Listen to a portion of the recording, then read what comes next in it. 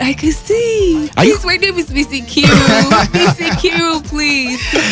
How are you doing? I'm good. All right. And it's a lovely Sunday evening. Yeah, very lovely. Kind of Sunday you want to just go out and just chill with someone. You know, it's All right, Mr. Marcus, how you doing? Doing great. And you're wearing blue this evening. Of course. You're still in the spirit. Wow, so you're a Chelsea fan. Yes, I am. Wow. Now, quick question I saw online yesterday. All right, and it was prior to the game. I was seeing some things on Twitter, and I think I should ask the question because it's going to relate to what we are going to discuss tonight. Okay? Yeah.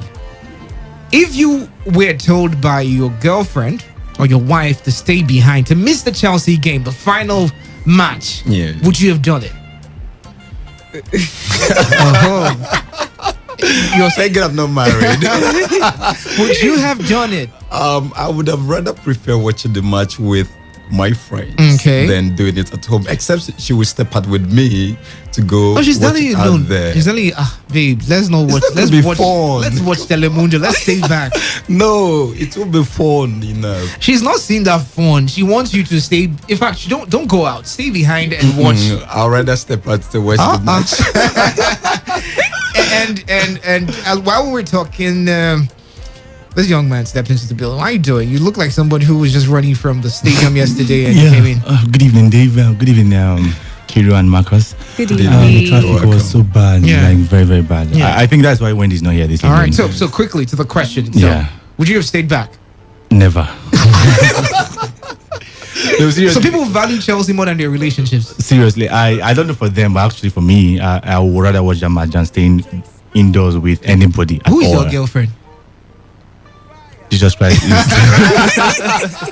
The way you're sounding is like you can even break up the relationship and because of what are you saying? Who should be in the house when Chelsea is playing final? Seriously. Oh my goodness. It's football. They're making money. You did not see them snap with their own wives. I think I'm doing this for myself actually, not for anybody. So I know the kind of joy I went with yesterday. All right. Up to this moment, up to now. It's better than what your wife or your woman will give to me you at that moment. Yes. So you know, blessed are thou amongst men who say these things. Ikiru, if you were slighted, like that, someone told you, look, I would rather not stay in this house. In fact, I'll pack out. I'll break this relationship than missing this game. How would you have reacted? I feel like, honestly speaking, I wouldn't actually put you in that position because I love to understand my man. But you need him at that time. But if that's the time you need him. Value the relationship more than the football. You can watch football anytime. So I mean, I'll be so mad. So that brings me. I'll be so mad. That brings me to the question: what would you rather go with him or you just stay back? I'll go with him. Oh, I will. I have that's no the proof other of love. I'll go with it. You see where you came in. That's the proof of love. Is it because it's Sunday you don't want to lie? No. Honestly speaking, I'll go with him because it's what he loves. All right. Yeah, and I have to give him that freedom to actually express himself. Sometimes, I mean, it's not every time that it has to be about my relationship, my relationship. So speaking of expressing himself, if he chooses to do something very daring, more daring than going out to watch the match, would you still, do something for him, like go stick around with him? It depends on the daring thing he's doing. He says, "Let's go bungee jumping." Okay, that's still cool. That's still cool. I love to have fun. All right, so I want to put out this thing, okay? Yes. And it will come in different ways, but we'll still get the thoughts as they come.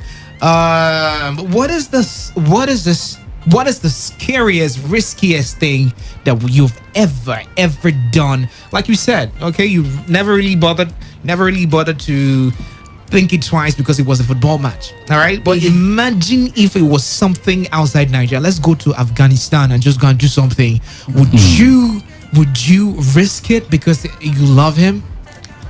Well, it depends on the particular purpose for what he's going for. All right. Yeah.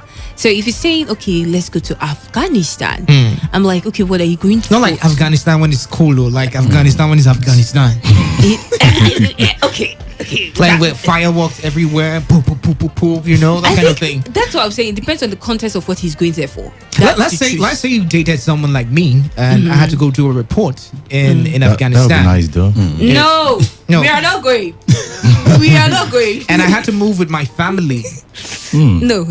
I'll find a way to convince you, try to make you understand why that there are other places that you can do reporting and you can be a great man. Of course, I'm always there to support you. There are ways around this. Women, we have the power to do all those things. Yeah.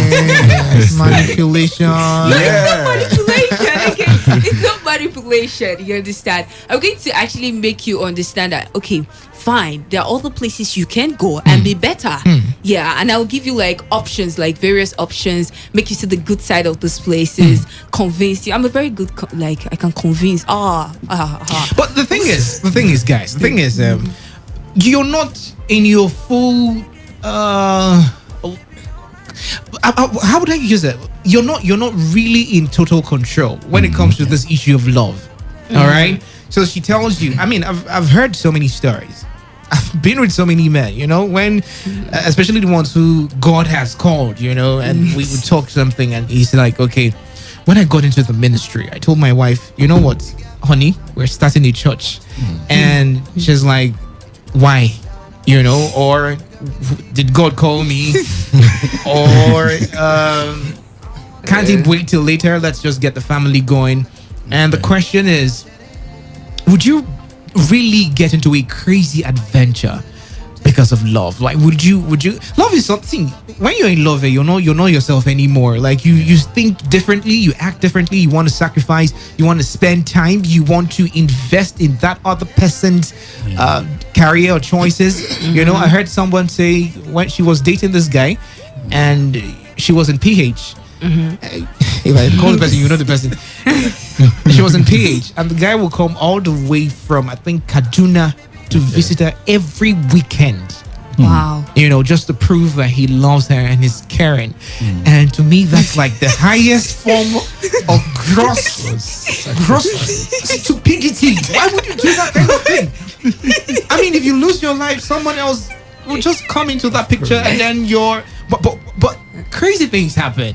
I've heard of people who close their accounts, and I'm wondering, God, why not me? why can't I just meet someone like this? But Gabe, in terms of let's say ministry work, like you said, I actually tell people that before you get into a relationship with somebody, I think you should actually see the possibility of having a future with them and combining everything, like making everything on a, what would I call it? Trying to manage everything. Let's put it this way. Of course, like me, I have the dream of being an entertainer and an entrepreneur. And if I want to get married, like an actress or something, yeah, I wouldn't get married to you.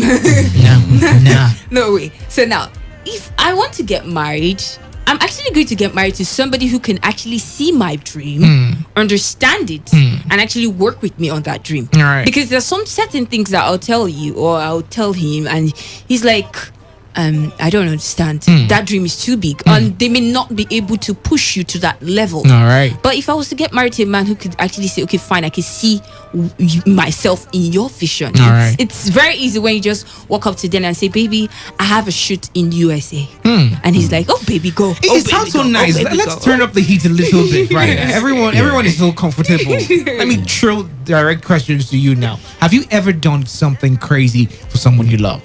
No. You should have been the last person. Let me start off with Mr. Marcos. Mr. Marcos is like the chilly one, someone who buy a car and then just say, just stick. I don't want to stick.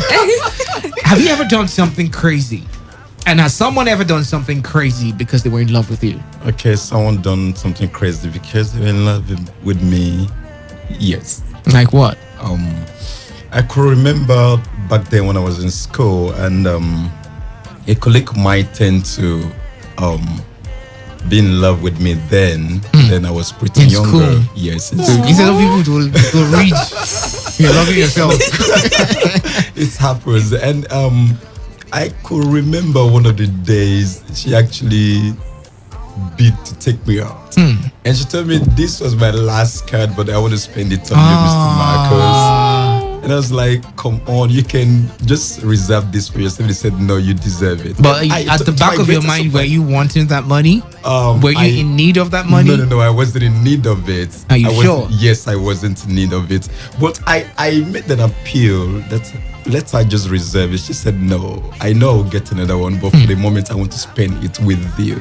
I was like, but that's something else. When ladies say they don't have money, that means something is there. I feel like they have money and then they tell him that this is the last one, physical cash they have. But some of them, you never can even tell. Some of them true. just have that as their last card at the moment. And I was, to my greatest surprise, she actually went all the way out to get something from me. I was like, come on, don't please me.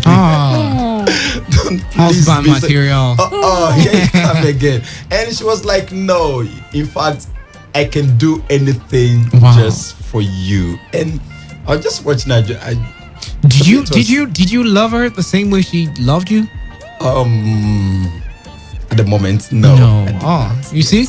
And you know the reason is this. I wasn't ready for that. All right. I wasn't ready. My focus was on my studies, and she was foreseeing after school, gonna get married, blah blah blah. And come on, why is it always like that? From 100 level, they start seeing the end of their journey. But when they have never seen anything in life, are like that. Yeah. Ladies are more prone to the nearest future. As they said, I'm getting at my graduation, I'm gonna become this age. When I'm done with service, I'm gonna become this age. So tentatively, after this year, I should get married at this age. So they have these kind of butterfly dreams in their mind that tends to drive them, of course. But in the case of the guys, it's not like that. Guys have a dream for themselves, and then they will actually want to pursue it to the very later. As in, okay, some will tell you, I want to pursue my master's after my first degree, and the lady might not be saying that at the moment. She might be telling you, I want to raise a family, and as the case might be. All right, and but let's not get too deep with. Have you done something crazy? Have I done something crazy? Yeah, cray. Like your friend sat you down and see what is going on. Did you just do this? I think I did something crazy at some point in I think that happened in my 200 levels in school. What was the craziest thing I've ever done? And I wasn't having lectures that very day. Okay. And I had an assignment to have submitted that very day. Yeah. And she just called me, please, could you please see me? Come to school? Yeah. I have something for you. And I was like, come on, I have a schedule today. They said, no, you have to fulfill that just because of me. And they asked, do you love me? I was like, oh my goodness. So you now went to school at this point. And you didn't know what happened. I have to abandon my planned schedule for that day. That's not crazy now. Come on, that's it's not crazy. It's crazy. That's like an everyday relationship. And pursue, come on, I have to abandon my own dream. That's an everyday relationship. No, it's not every Ask day. Uzo, he will tell you. Uzo literally leaves everything he does to. Where are you? Come and see me right now. It's not usual. It's an unusual thing for me. That's not. That's. I mean, my comfort zone. Because it might actually be crazy for him because it's not something that he does regularly. Do you know what I mean by crazy? Your kidney is going for. I get the kind of for money for money for hair. Money for and I've not done that before. I've not done that before. She says she needs bone straight. You sell one kidney and then you're buying bone straight. That's like crazy. Yeah. And just like story I read about on the internet recently, a guy went to steal plantain just to buy makeup. Okay, yeah. Wait. Where am I? But the fact is that it's true. Where? In River State, yeah. No, oh my goodness. I think that was in Bayelsa. I think I should do something for him. Can we do something for him? What can we do for him, right?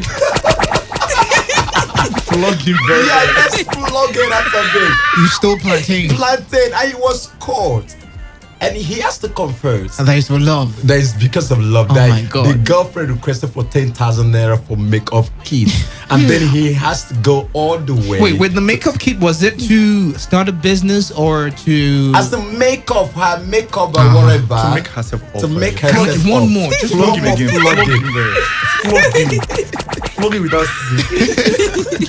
Are you serious? And these are the things that some persons go into all in the name of love. And I love a story of a guy who, in my sets, used his own school fees to pay for a girlfriend.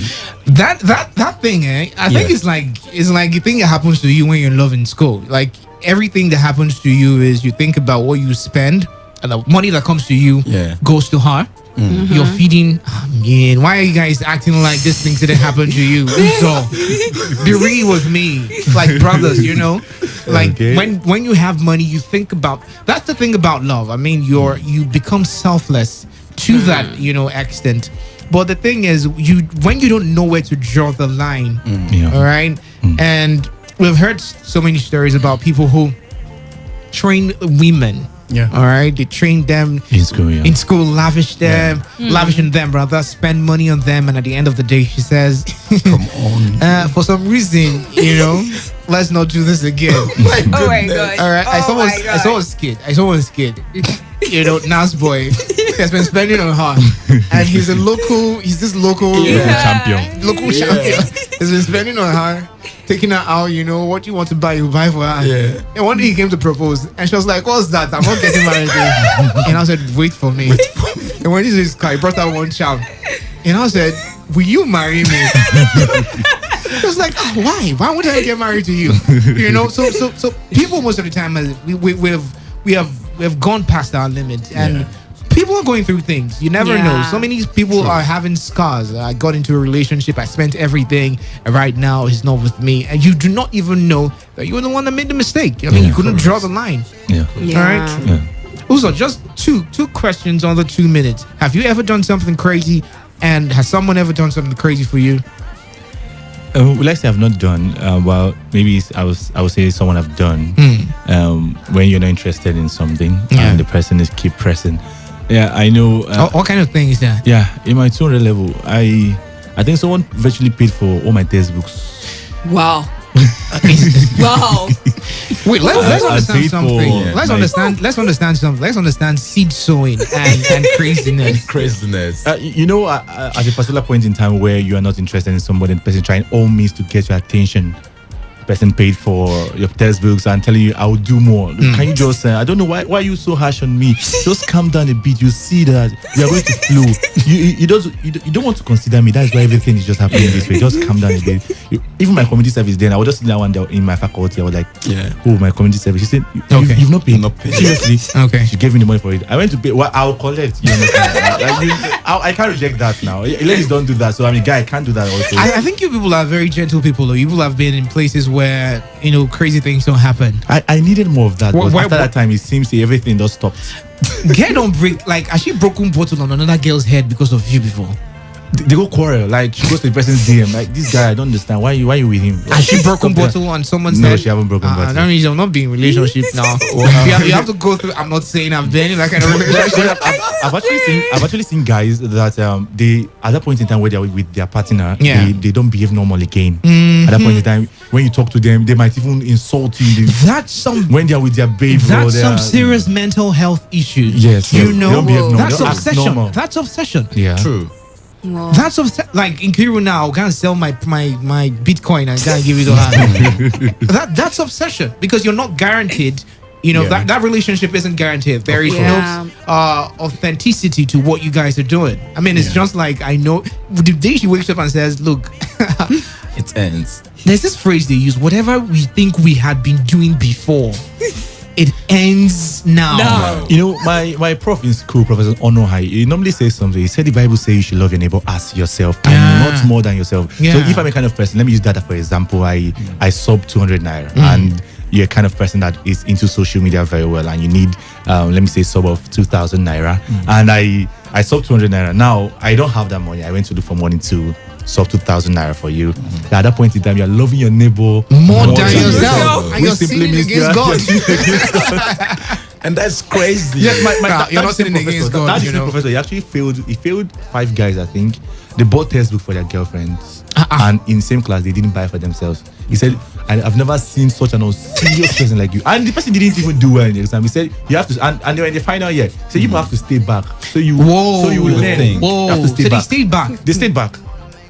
They didn't buy the first book. They didn't do very well. But they bought the first book, and the girls did very well. And left them. I left them. And got married. Yes, I left them. This is it's really funny, you know. And on the course of this conversation, we're going to. Most people don't really know. Okay, you're going the extra mile, and you need people like us to caution you and call you, say, come back. Yeah. I mean, marriage isn't the ultimate goal. Of course. Realistically, yeah, it's not.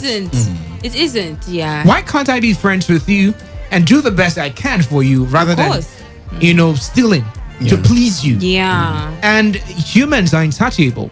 You know, at the end of the day, the person you're giving 10K is looking at someone who is collecting 50,000 and saying, "Are you not seeing James?" Well, I feel like if you're giving, like, you should give and have it at the back of your mind that this that I'm giving, I hope I'm not going to regret it. Oh, yeah. If you're okay. giving, like, I tell people, if you want to give because you want You want to, to give, not because of, okay, in the future we're going to get married, we're going to Yeah. have babies, we're Yeah. going to go there, Yeah. there, and there, and then when it gets crashed, you're like, oh, suicide is the option. And Because that's what causes all have the you suicide cases. before we go on this very short break, have you experienced or seen, you know, the scenario where the guy breaks up with the lady, and then when they know they're officially broken up, not like they're planning to get back together, he's like, babe, Alpha, the iPhone 12 I bought for you, sorry, no vex. I think get them back, I beg, no vex. I would need you for something. My uncle doesn't have phone, so I need to give to my uncle. And then he collects everything from her.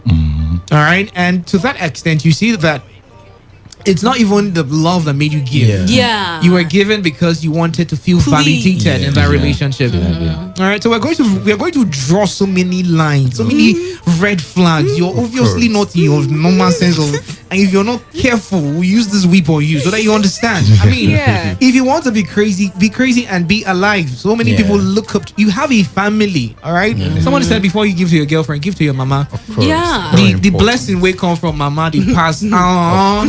You know? Yeah. You know? Baby, I love You so call me much. iPhone. You got me car. And hundreds of guys and your DM asking her out also. You think You she's know? she cannot be Well, one it of them depends now. on the girlfriend, though. Like, if you have a good girlfriend, like, everything is Okay, leave defined. that queen. No, Uzi, I'm serious. Like, if you have a good Before you guys get into a fight, we'll just go for this very short break. And when we get back, we'll open up the phone line so you can call and tell us the craziest thing you've ever done for love. Tell us what crazy thing someone has done for you because of love, and then we'll draw some lines and raise some red flags so you know and you don't fall victim. Keep listening to your premium talk news and sports station, Today 95.1 FM. Make them come true. Ballet pimpin', let me pull up on you. I don't wanna lie, but I really want you. No matter the clock, I need you to come. Check out no shit in. Might give in to the. Okay, all right. All you need to know about this one is that 95.1 FM. Such a unique style. okay, all right. All you need to know about this.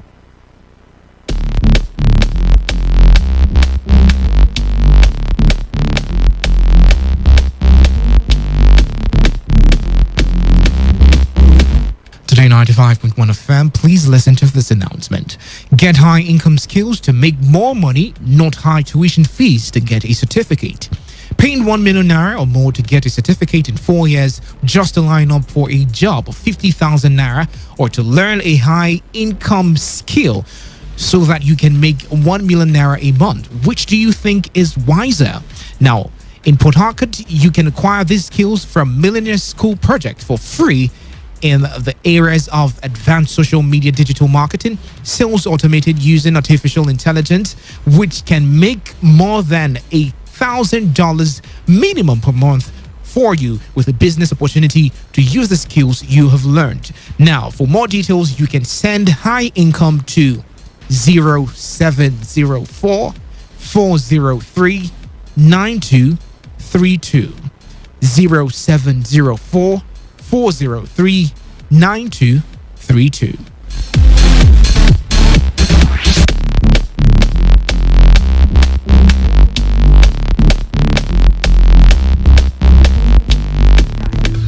Okay, all right. All you need to know about this. Okay, all right. All you need to know about this one is that 95.1 FM.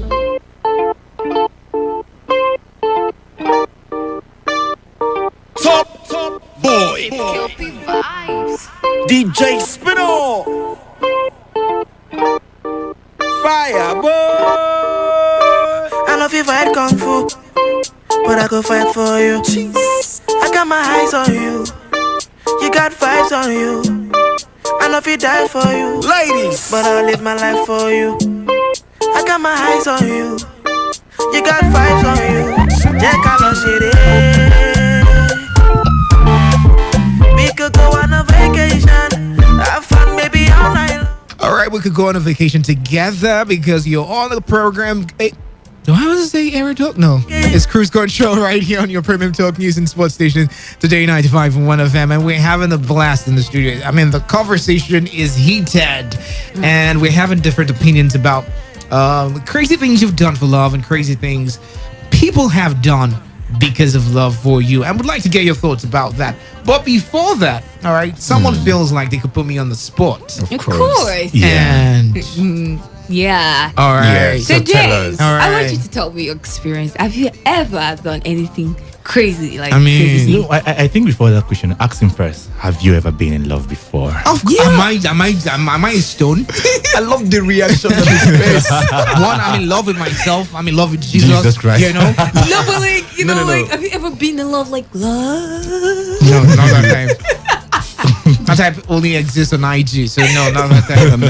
All right, I have. You know, Okay. I hope my mom Okay. is not listening. Yeah.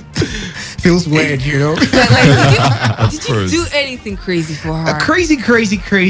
Let's see what's crazy. Nah, I'm a very meticulous person. Like I plan every move. You Yeah. know, you can't. I'm never to because I'm fresh. That kind of guy. You know, so everything is calculated.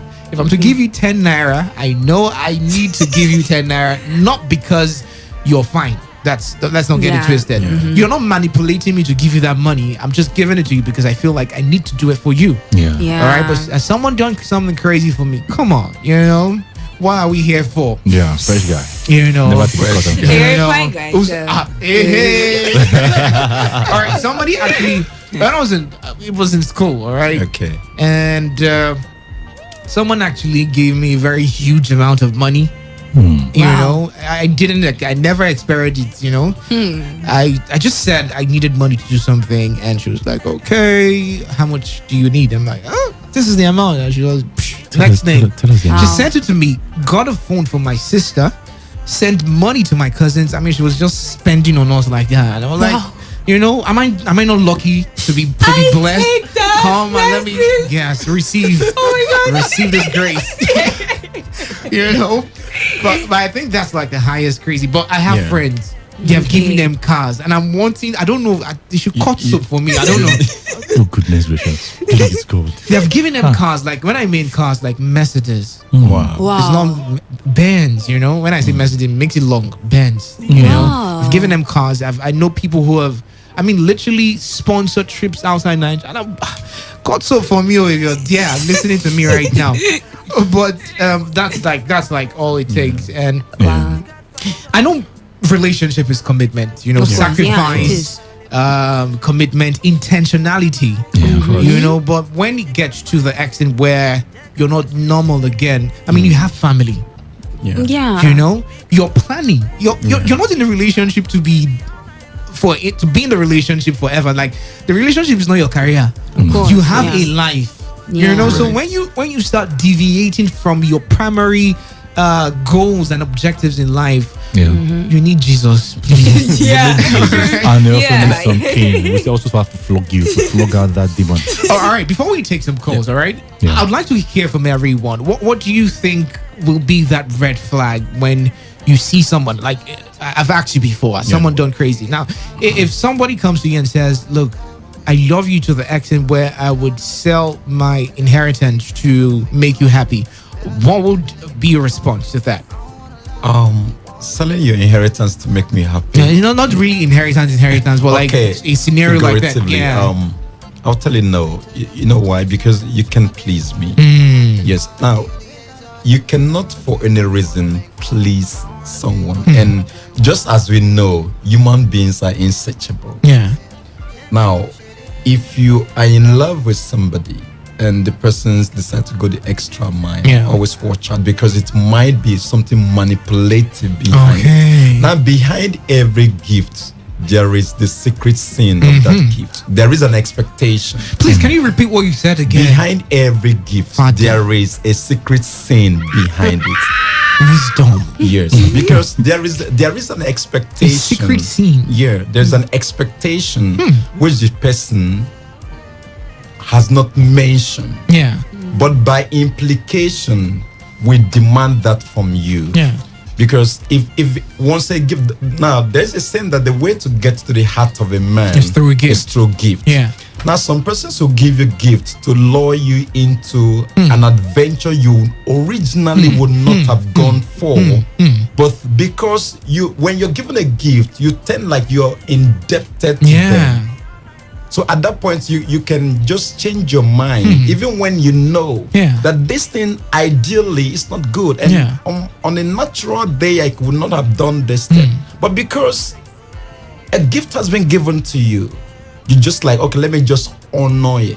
Now, some persons have gone to their friend's place and they lost what is very important to them just because a gift was given to them. And you like, let me just quickly add here. Yes. You don't know why that person gave you the gift. The gift. You don't know the extent at which, if I love you and I feel like I could sacrifice anything, I might just empty my account, not me, you know, but I might just do something crazy. I might just take everything and give to you. And then when you now turn me down, man, I'll call for you. You know, your blood is gonna dry. I'm going to come for you. Of course, now. Because you're not valuing the extent at which I'm trying to reach out to you. Yes. Yeah. And that is why for every gift you receive from someone, endeavor to ask a question. Why?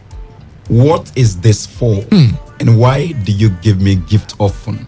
So to a great extent, I think young people should be able to define their relationship. All right. When someone, let's say for instance, a guy is pouring out gift on a lady, you should be able to ask this question: ask it, lady, why are you giving me gift? What is your intention? So this small ice cream. Small ice cream Oh, that pays hair, you outings, know. and then I don't ask for it to Shawarma. give to me. Why are you giving?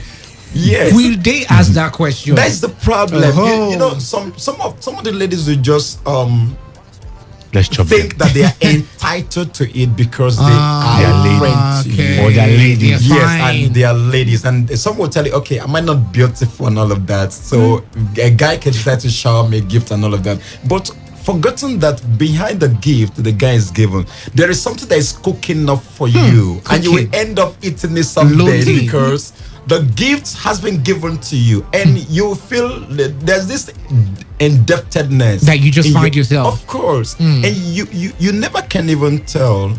At some point, you realize that even your very virtuous thing will be demanded from you.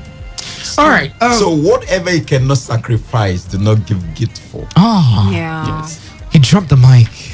And in Kiru, if you're not able to defend this and defend women right now, just allow it slide, because I'm still trying to comprehend what he just said. Well, I think he's right to an extent. All right. Yeah, he is. He's definitely right. But I would say to define your relationships. Yeah, Well, because it's platonic, it's mutual. Yeah. Just define. Because sometimes even those who are interested in you, when you tell them, okay, this is what I want, they still can actually still give you gifts, but at least they'll get it in their mindset. Since you're a lady, let me just throw it to you right now. A young man walks up to you and says, "Oh, God, this is Puri. Send me your account number. Let me send 5 million naira for you right now." No.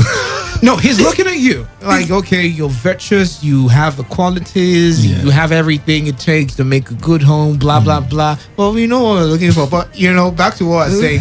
Okay, did you just say no? No, like This is 5M. Like, 5 million naira. Wait. She's now uncomfortable. Wait. Let us calm down. 5 Let's calm million. down. Okay. This is I'm going to ask you 5M. questions because I have dreams and I'm a very ambitious lady. It's going to help your ambition. 5 million. Yeah, we're Goodness talking about gracious. 5 million there, okay? Yeah. So I'm going to ask you. Why are you sweating? She's not uncomfortable. Audio money, audio is making you comfortable. Go ahead. I'm going to ask you the reason why you're giving me the money. If you're giving me the money because you feel, okay, fine, I want to support what you do, of course. And I see that maybe there's no, like there are actually intentions that a guy will show towards you that you can say, okay, fine, this guy is definitely interested in me. But more blessings can come from anywhere. If he's not, it's possible for That a blessing, guy to give me 5 million. That naira. blessing, It's possible. that blessing was stolen from somewhere. Yeah. He stole that money to give to Yeah. you, and you never can tell. Of course, it's true. These are the things, men. Yeah. I'm not trying to be chauvinistic, okay? Please don't get me wrong, but we you. are more calculative. You're Yeah. giving me. I know I've rejected some certain things. They bring it to me, and you're like, "Oh, take." I'm like, "No, I don't want it." Not because I don't want it, but I just feel like it's not right. Yeah. Yeah. And every time I have that feeling, even if I hurt the person's emotions or whatever, I'm justified. I never got to take anything from you. Yeah. And you can't tie me, like you said, you can't bond me to anything. Of course. Yeah. It's crazy. But you on the long run you wouldn't accept. No, I wouldn't, honestly, because just like you said, I would definitely have a hitch in me. Like, why would somebody just pop up? A guy, not even a lady like me, a guy. Like, you just want to give me 5 million naira on the basis that I'm virtuous. Crazy. It's crazy in love with you. I'll be running.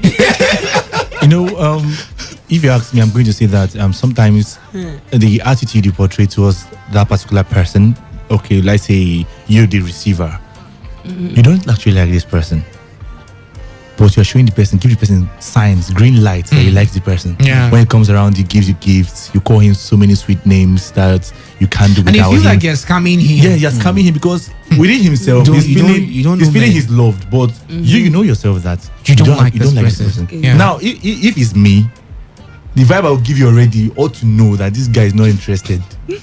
When you bring them, I'll say, wow, you did this, wow.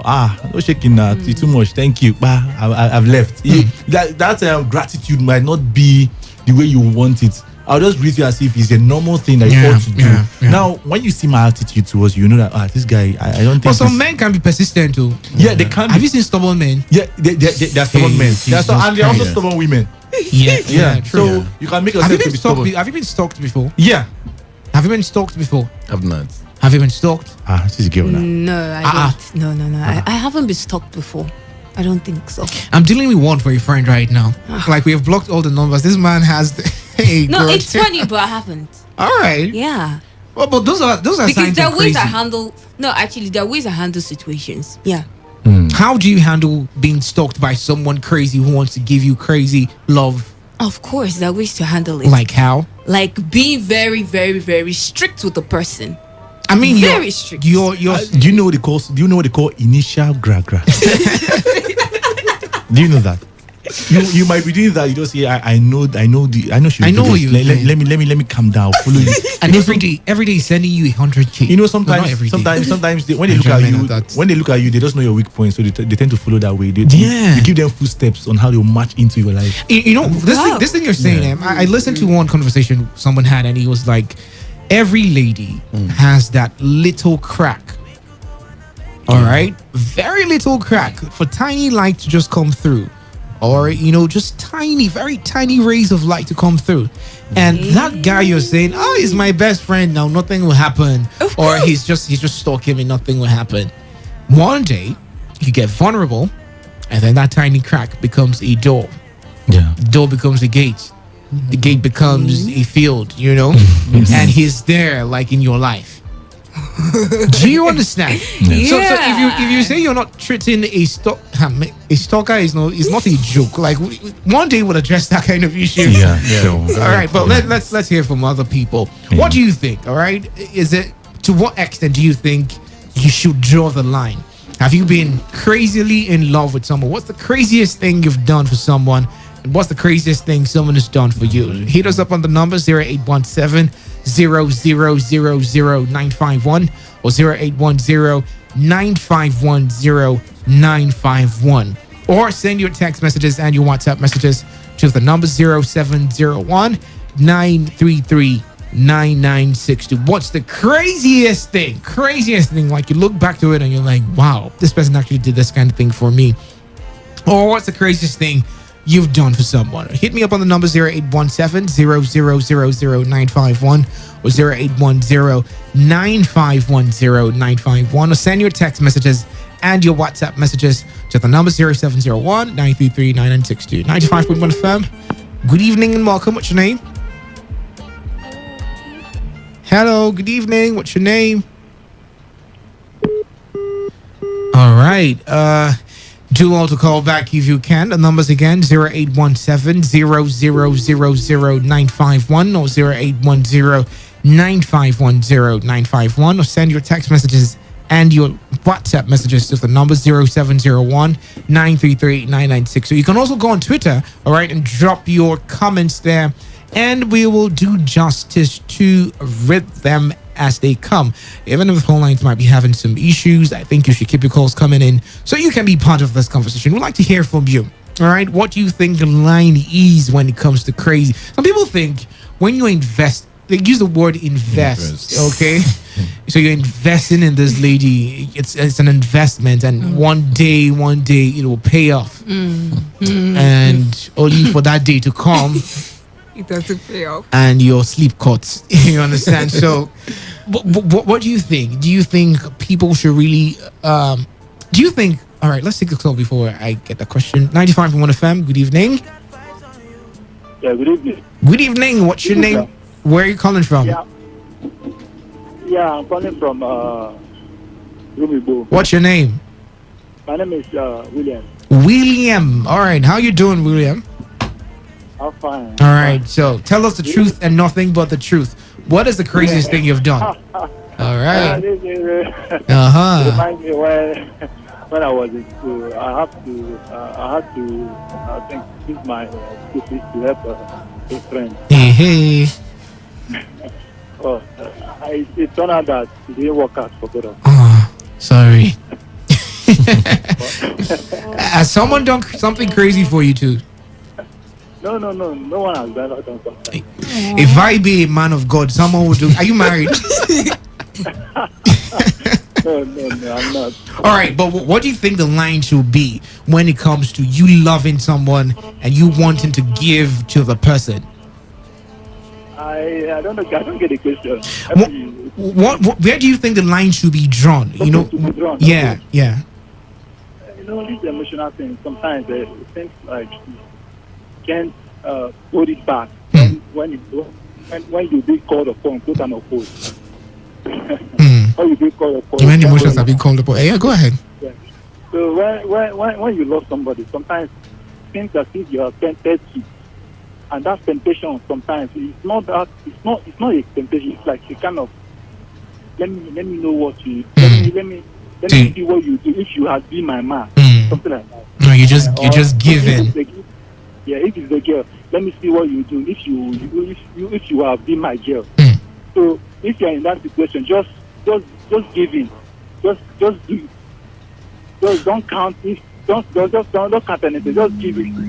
Moment. Okay. Some other time you'll get it your reward back. It could be from the girl. It could be from someone else. Okay. All right. It says just give in.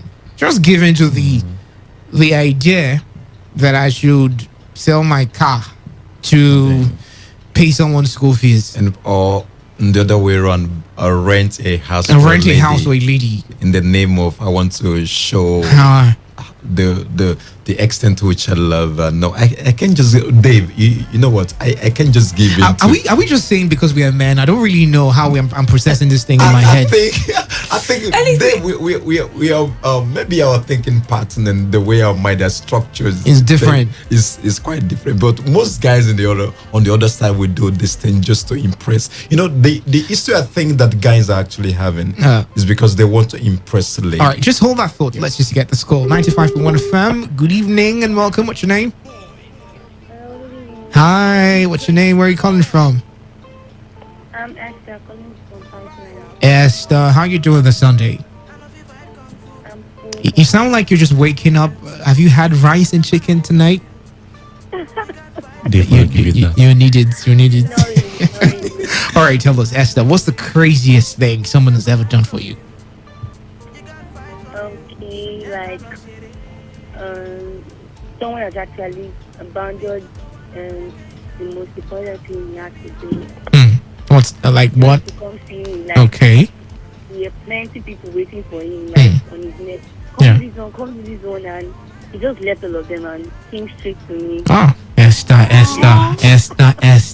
Lucky. What did you use on him? What did you tell us? Nobody's hearing. It's just between me and you. And have you done something like that? Have you reciprocated in any way for someone? Yeah. I did the same, like almost the same thing for him. So. Oh, for him. I had to like disobey my friends because of him. Are you guys still together? Yeah. We've been together for 3 years now. Why? Can't you do something crazy for me? I'm looking for a car. I'm looking for a house. Oh, I'm kidding. All right. Thank you very much.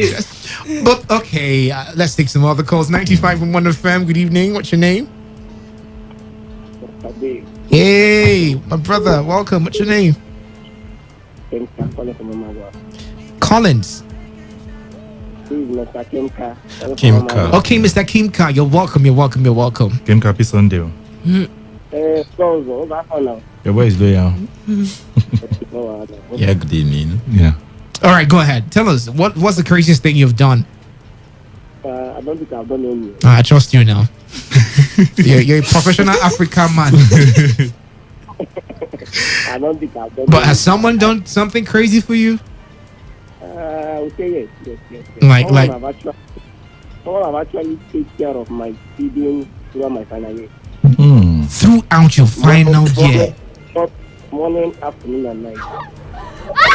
Are you serious? For first and second semester. Wow. Morning, afternoon, and night. I'm telling you. Did you get married to that woman? Hey, your village people, they have on Wi-Fi for you. You did not get married to that woman who cooked for you throughout your final year. What else do you want in life again? Hello.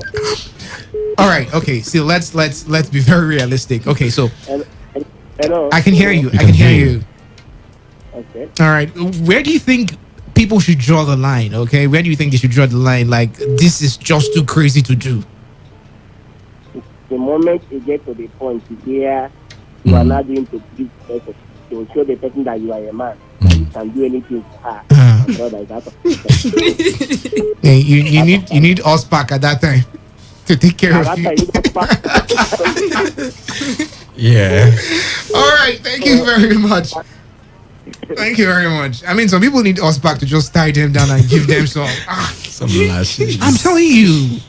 But on the other hand, you ate from these women. Oh, you see it? Oh. You see it? Investment. 1 year of free food. Come on. Hello and welcome. Good evening. What's your name? Hello. Speak up. Can't hear you. Good evening. Can you hear me now? Yeah, we can. What's your name? Happiness calling from Happiness. Come on, make us happy this evening now. Fine. Whose kid is that? It's my child. Oh my God. Very nice. Okay. All right. Tell us. Your child is not listening right now, so just whisper to us. What's the craziest thing you've done for someone for love? I think the craziest thing I've done to someone is I've given someone my ATM card. Like, whoa. I've given someone. Oh, goodness gracious. Even the network was surprised. You're correct. ATM. Yeah. And then with the password. With the password. You see, women are actually the ones doing crazy things. Most guys have done this. I know of someone giving my account. My account money. I've donated my account manager to after you saying. 95.1 FM. Good evening. What's your name? Hello. Good evening. Hey. Good evening and welcome. What's your name? Where are you calling from? Yeah, my name is Iseburuma. All right. Welcome, sir. You're welcome, sir. Yeah, thank you. Thank you very much. Talking You are talking about someone doing something crazy because of a girl. Yes, sir. Yeah, I'm a victim of it. I have trekked almost. I leave when I was in the school. Yeah. After school, instead of going my house, I will trek from here to Obigo. After which I will still trek back to my house. So I think I've done that. From here, like where do you? Okay, like where is the current location so we know how far it is to Obibo? Huh? Like where do you stay currently so we can actually understand the distance of what you're trying to tell us from where you are to Obibo? So this time it's not here. When I was in Abuja, it's not here. Oh, okay. That kind of distance. I'm just a kind of a distance. All right. Yeah. Okay. And as someone done that, to reciprocate to you? No. As much as I don't think. All right. And do you mind telling us where you think people should draw the line when it comes to crazy things they do when they're in relationships? Come again. Do you think just tell us what do you think, or where do you think people should draw the line when it comes to crazy things they do for relationships? Okay, there are things that you will do, after some years, and if you look back, you will see yourself as a fool. Ew. So, when somebody feel like he's in love with somebody, before you do anything, you have to think twice. All right.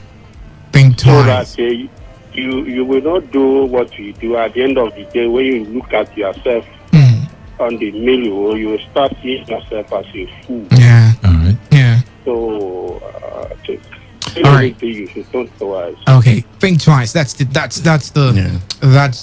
advice. Yes. Remember when 3310 was trending? How many ladies were giving out free, connections and everything. Yeah. And at the end of the day, 3310 did not become the heaven. iPhone came, iPhone 5, iPhone 6, iPhone 12 is already here. Thinking of iPhone 13 sometime to come, and you're losing your virginity because of these phones, and you're calling it infatuation, or because it's not love. Yeah. It's not love. You're not thinking properly anymore. You're allowing your hormones, you're allowing your emotions and feelings to drive you. I mean, it's life though, but just think twice. I mean, many people have lost their lives, unwanted pregnancies, have gotten, involved in certain things that they regret till tomorrow. So please. Yeah, I remember then when iPhone 7 came out newly. Yeah, I don't know if you heard that saying now. Since you lost your virginity because of iPhone 6, get ready to lose your destiny because iPhone 7 is out. One more call before we go. Hello, and all right. Okay, good evening and welcome. What's your name? Where are you calling from? My name is Walizi. Walizi. Calling from Rumolmini. All right, how's Rumolmini this night? Fine, thank you. All right, so confess to us. You have 1 minute to tell us the truth and nothing but the truth. Okay. How do I start? Yes, Okay. let's start from somewhere. Who has ever done something crazy for you?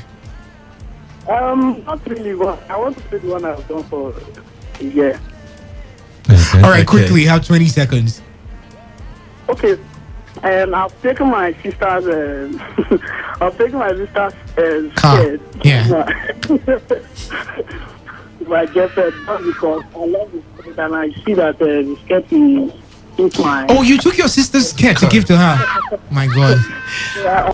Anyways, I'm seeing your calls coming in. We can't take all of this. I mean, it's crazy. I feel like I should ask Mr. Ned and Priye, but they would give us the political side to this thing, and I'm not willing to. Can we just do something quickly? What's the craziest thing you've done for a woman?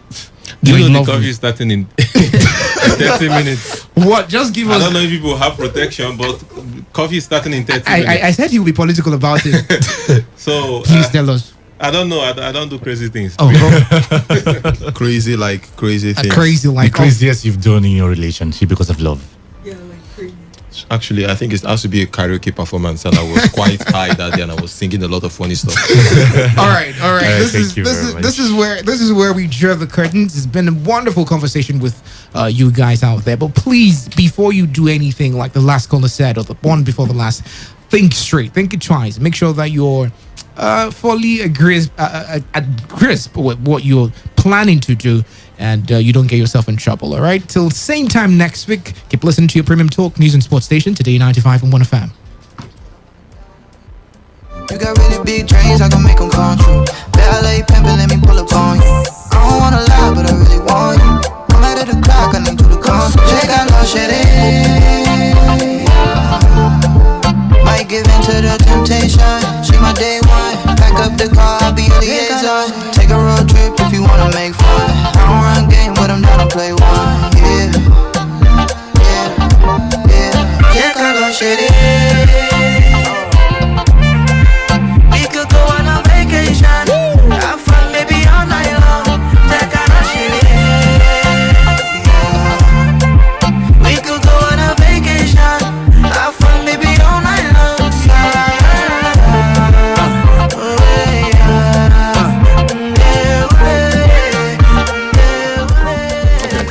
All you need to know about this one is that 95.1 FM.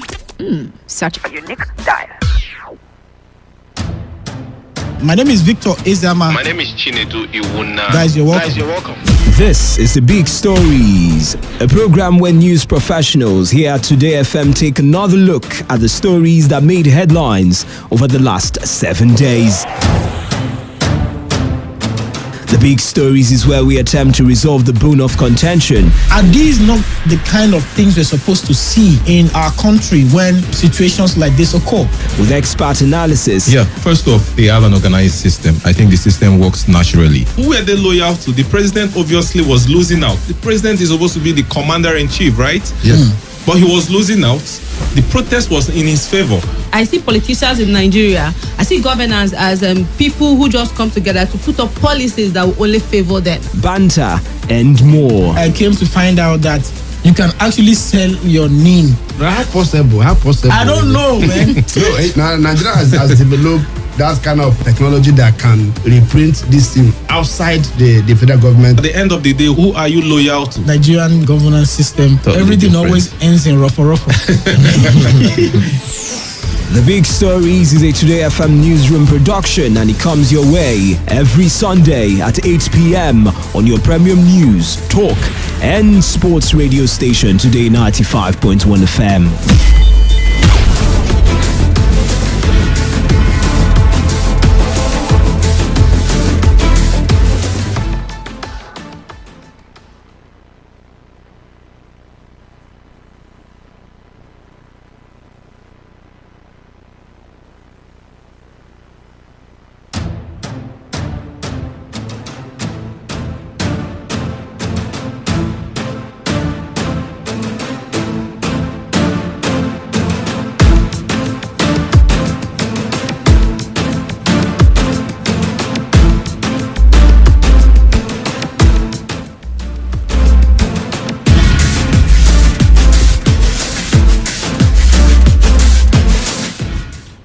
Minutes past the hour of 8, and this is The Big Stories.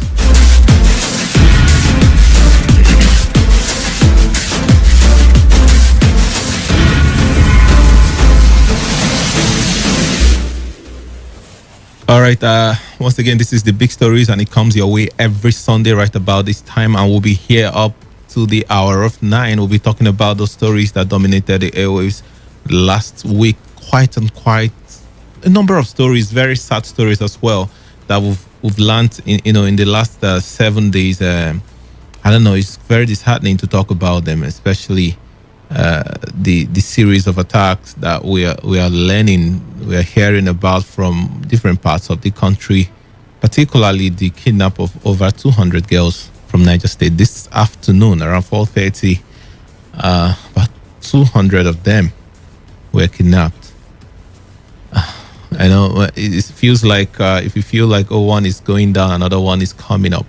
we're hearing series of attacks on INEC offices, across the country. And today happened in Imo State once again. I think it's about the 8th INEC office that has been attacked since 2019 general elections, and in all about 42 attacks on INEC offices since the election we are over. This is not what we exactly want to hear, and this is not the type of news that should be coming out from Nigeria at this point. Incidentally, the president is in Ghana, I want to believe. Maybe he's back, I'm not yet sure, but he went to Ghana today to talk about the issues, of course, in Mali. And somebody will say, your house is on fire. I think it's better you quench the fire before you probably talk about other people's matter. I mean, because, of course, it's international relations. Foreign policy has to play, and he has to, lend his voice to other issues, as, apart from the issues in his own country. My name is Chinedu Iwuna. Of course, I'll be your guide on the show this evening. I'm joined by my colleague, Priya Izogu. Priya, good evening. Good evening, Chinedu. Good evening to our listeners. It's always great to talk about the biggest stories for the past 7 days, and very painful one. All the information you're getting this week, that of states, individuals, they have just been terrible. Maybe the one we should actually think about that comes in a positive, like the appointment of a new chief of army staff. Yeah, at least of course, that is positive from the government, because we really need someone that could actually spearhead the military in this current onslaught against Boko Haram. Yeah, even though, good thing that we have a new chief of staff, and that was a quick one, by the way. I mean, security is a very big challenge in this country, and there's no time to waste. I think, but one thing that came out with that appointment is once again, the president, like some people will say, never disappoints. He has appointed Yahaya Farouk. I'm hearing it's from Zamfara State. Yeah. He's of the 37th course, and it means those in the 35th and 36th course of the Nigerian Army regular course would be retired, because they can't certainly take orders from their junior. So it means we have generals and and senior military officers, of course, that has to give way for the new chief of army staff.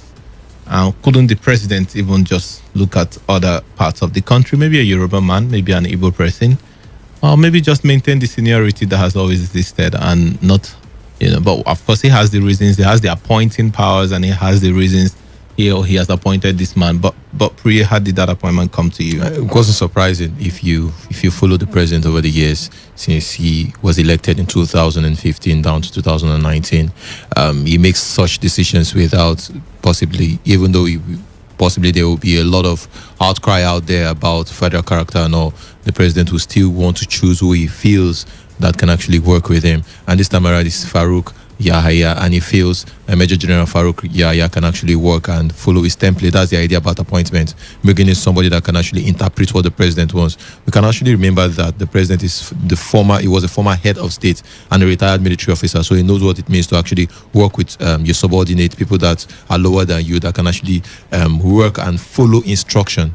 Military is about following instruction, and he's the Grand Commander of the Federal Republic of Nigeria, so definitely he wants order and he wants direction. So let's see that maybe that's where his appointment is coming from. But a lot of people always complain, and in the past we have had a lot of success when some other persons from other regions actually held that position as chief of army staff. We got successes when we fought Boko Haram, when Lieutenant General Minima was the chief of army staff. We had successes when Yejirika, Lieutenant General Yejirika was also chief of army staff. We had reasonable amount of success. So for me, I think it's about the preference of the president, and it is right for him to actually appoint. But federal character, I think we really need to respect that. And so because I mean, it's a constitutional requirement. I think the president needs to look into that. It's like just appointing everybody and the ministers from his from few states. I think that would be very, very bad. I think it should be clear in the constitution, including the chief of defense and this ongoing constitutional review. Some of these decisions made by the president that will affect the unity of the country, I think really needs to be reviewed, because he wants someone that he can actually work with. But at the end of the day, it will hurt people from other regions, because we all know how Nigeria operates. Because of course, the people you're also trying to protect has to feel a sense of belonging, has to feel that you really have them in mind, because well, I don't want to say it's part of the issues we are having. I mean, security issues we are having, but I mean, let's say twist, because we saw videos of some army officers, I'm sure the soldiers in the field jubilating, for the appointment after the announcement of his appointment. And maybe it's somebody that is loved in the circle of the military. Maybe it's somebody that they know that can do the job. Maybe, just maybe, that is why they were jubilating. But we're always saying that why you think this person can do it, there are also other people from other sections of the community or the society, I beg your pardon, that can also do it. Because, security is very sensitive to leave out any section of the country. And to be fair to the president, we're in a very difficult period right now. Maybe he's thinking about bringing in people that could actually understand the template and the roadmap when it comes to security in the country. And people have been complaining, but the whole criticism is actually going straight to the table of the presidency. So the president wants to make decisions that at the end of the day will not sabotage the fight against insecurity in the country. And if you look critically, Zamfara State, where the current chief of army staff is from, is actually having security challenges. And he has actually had different military units that have actually fought Boko Haram, different military units. So for me personally, I think it's about the decision of the president, a personal decision. At the end of the day, we'll see if it will actually profit Nigeria. The idea is about fighting insecurity. And if he can do that, that'll be perfect for Nigerians. Yeah, and we just have Onyekachi wants to join in us. Onyekachi, welcome. It's like he went to flex. Thank you. I don't know what you mean by flex. But you went to enjoy. You are new here, or you are back here after a long time. I'm in Port Harcourt, so a lot of flexing places. I'm sure you must have. No, not really. I've just been around. I just needed to tidy up one or two things. That's good. Welcome, by the way. Before you got in, we were talking about the recent appointment of a new chief of army staff following the demise of the late Atahiru Ibrahim. And then, like I was saying, a lot of controversies, even though it wasn't too, long. The duration for the controversy wasn't long, about the state of origin, or the tribe of origin, if you like, of the new chief of army staff from Zamfara State. You think it doesn't matter, or you think it really should matter in terms of the diversity we have in Nigeria? Yeah, of course, like you just mentioned, in terms of the diversity, the kind of country that we have is of concern to a lot of people. That people from who occupy that position are from a particular part of the country. The history, since this administration came into being, we've not had anyone from the southern part of the country, especially from the southeastern part of the country. That has been a concern. More importantly, again, is the fact that we understand that this current chief of army staff is, of course, 37, and we'll have people who are, of course, 35 and 36, who probably by the by the normal hierarchy, by the way they do things, they should retire. I don't know what the situation will be right now. But we expect them to retire. Because yes, we expect them to retire. We have someone who is from. Several people who is one of them is from Anambra State. Ohanotu, Major General Ohanotu, and the other people who are also from the northern part of the country. We expect them to retire as it were. But then I'm looking at a situation where maybe there may be a change, because I know that when the new chief of army staff visited the chief of defense staff, General Irabo, he went with Ohanotu, Major General Ohanotu, to that visit, and he also called for support from his seniors. Yes, he called for support. He called for support from his seniors. So where would his seniors be? Taking orders from him? Well, I don't know what that means, but he actually did that. When I saw that, I was a bit taken aback. I was wondering what the situation will mean. Maybe because if a whole lot of Major General retires, how do we? They'll have to promote some other people to become Major Generals. Apart from promoting them, then in a situation where we are fighting Boko Haram insurgents, we are lacking manpower. We're lacking manpower. We are faced with a lot of challenges. How do we now retire a whole lot of Major Generals who spent a lot of resources to train and to empower with their experience? How do we retire them? It doesn't make any sense to me. So I'm looking at the situation whereby they will work with the current chief of army staff. I don't know how that works in the ministry. Let's see. I don't know. Let's see, like you said. Let's see how it works. But then, it's. I hope that this current chief of army staff will work with the you know, Seniors. with the seniors and with what the former chief of minister Okay, has been started, working with. yes. Yeah, the late Atahir Ibrahim, what he has been working with. Let's see how it goes from now. At the end of the day, what we want is result anyway, because at the end, people are dying, the terrorists are still ravaging, and maybe at this point, a lot of the presidency will be thinking it doesn't matter where he comes from as long as he can do the job. But a lot of people believe it matters. I think It it's really about matters. it's about information. The president is actually and the Grand Commander of the Federal Republic of Nigeria when it comes to the military and all. So he understands what it means for you to hold such sensitive position. He has been there before, and we don't know maybe military intelligence and all. He knows and the capacity of Farouk as a general, someone that can actually marshal in and dish out instruction that could actually spur the military guys out there. Let's because see. there's a lot of issues happening in Nigeria. Let's see. Beyond the northeast, northwest, the southeast Let's is see. actually boiling right now when it comes to insecurity. So a lot of issues in the country. So they need someone that could actually go out there, a young person. Maybe I'm just speaking in the angle of the presidency. Maybe that's the idea. Bringing in somebody that's quite young, that'll be ruthless, that will go out there and get results. It's about Let's getting see. results. Only time will tell. Only time will tell. But we'll move on to other issues now. On Monday, President Muhammadu Buhari said the resolution, by the way, as the presidential spokesman. Yes, presidential spokesman Garba Shehu. I'm very careful when I say President Muhammadu Buhari.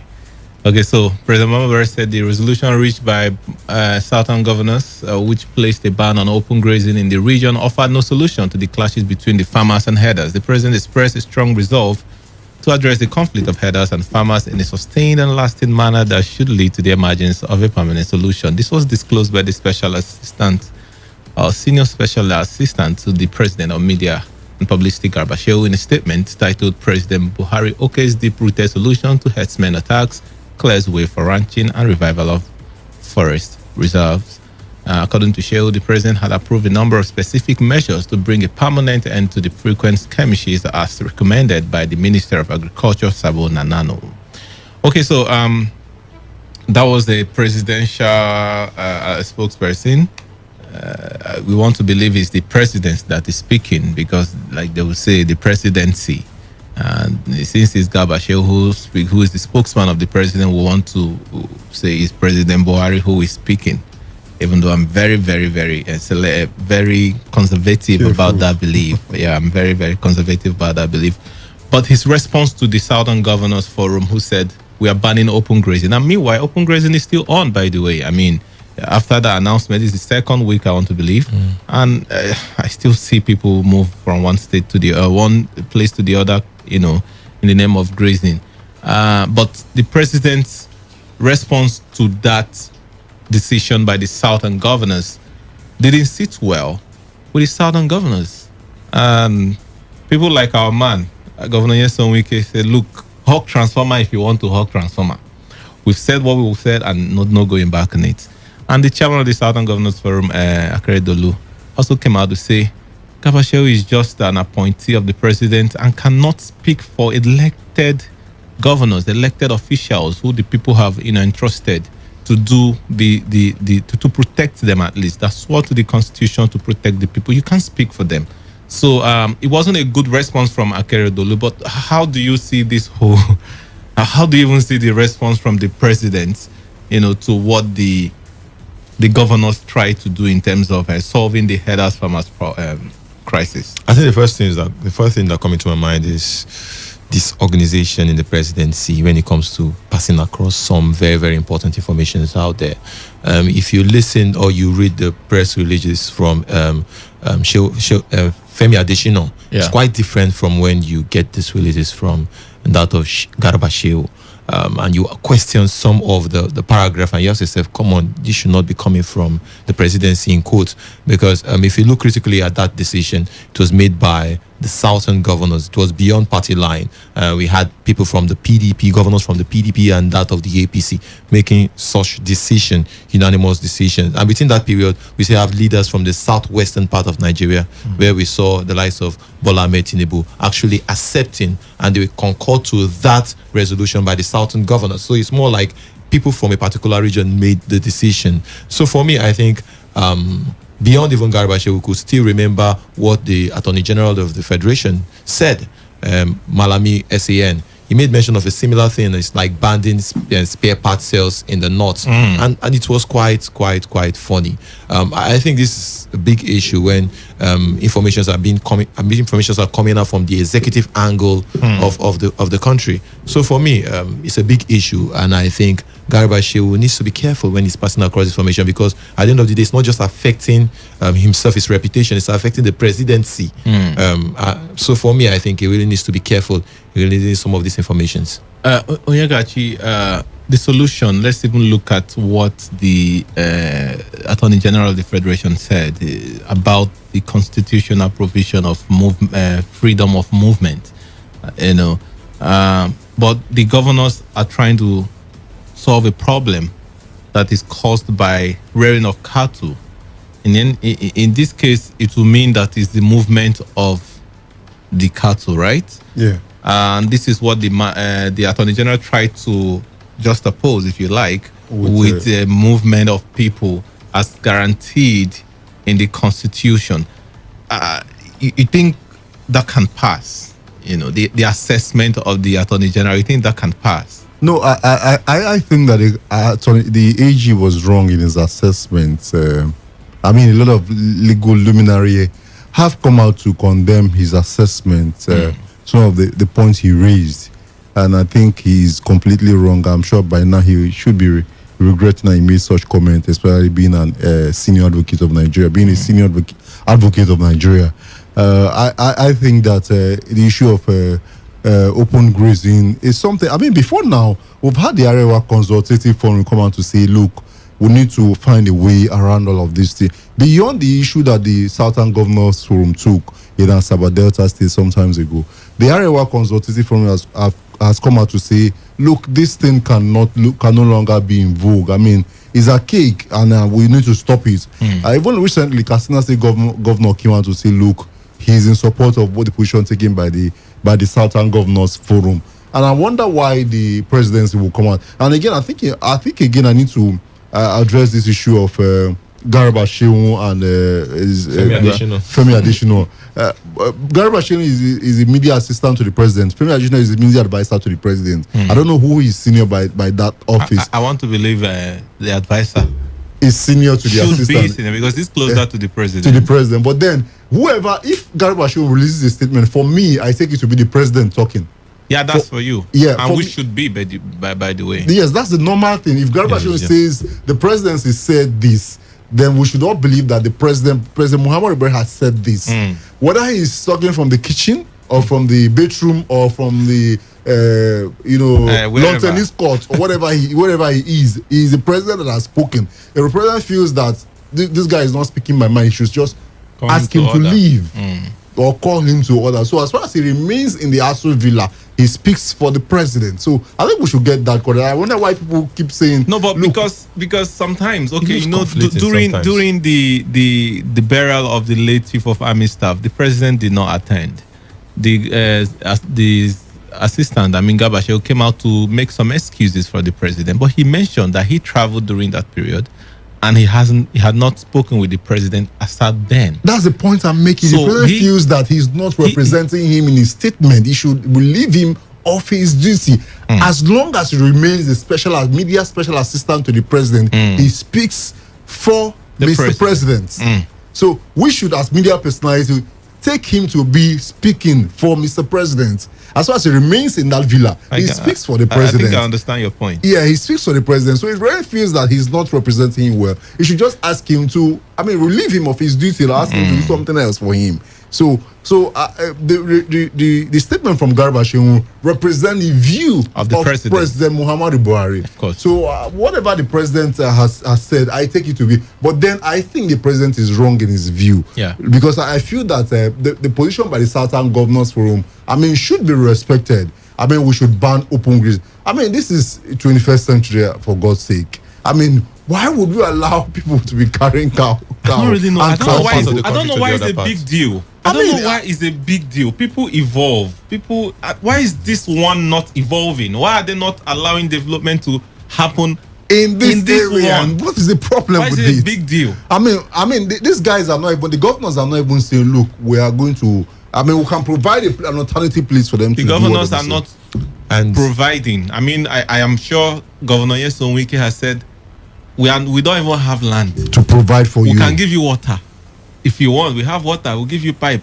But land we don't have. So I'm not. Remember, this is the time of Ruga, when it was topical. A lot of people were very suspicious about that move. And the governor said, and some governors as well said, I'm not going to give you any land. And I think it's a private business. If you want to do, look at the comparison between the spare parts. The comparison, the spare part dealers pay taxes. For shop rents and all. They have shop. They don't move. Even if they move around, I'm sure they pay taxes. Yeah, and some of these even cattle rearers. Some of these guys go with AK-47. You understand? So the comparison was wrong. And even if you are going to make that comparison, make it correctly.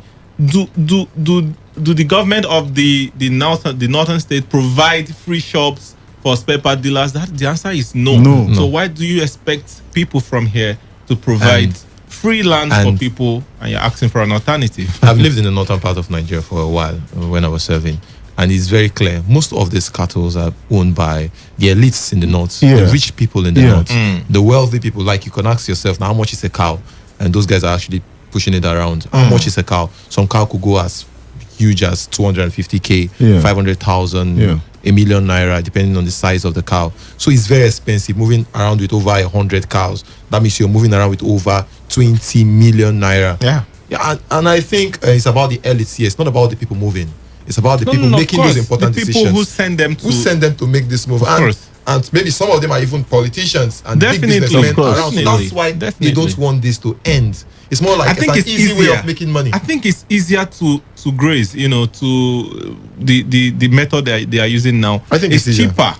Because you don't get to buy maybe the leaves that they are expecting to come from Brazil or what have you. You get to just go feed in the bushes, and then you get paid. You sell your cattle after maybe 9 months. I don't know how long it takes. I think it's quite cheaper. They make a profit. Maybe that is why it's difficult for them to accept that position from the southern government. Funny enough, some of these cows, they will tell you you're bringing out, like I have a herder friend when I was in the north. He will say it's as simple as we have 30 cows. I will own 2 if I graze with this cow. They'll give me 2. At the end of the day, they give me 2. And I sell the 2. It's like me making like 500 to 600,000. Depending on how big it is. Depending on how big the cow is. But that is the solution, ranching, right? Let's get to it. Let's stop playing politics with everything. That's the unfortunate thing in our country. We've been playing politics with a lot of things. And it's somebody like the Attorney General will come out and compare it with spare parts. Business. And that's very, for me, disappointing. I'm sorry, but it's very disappointing of a senior advocate of Nigeria. But we'll move to other issues now.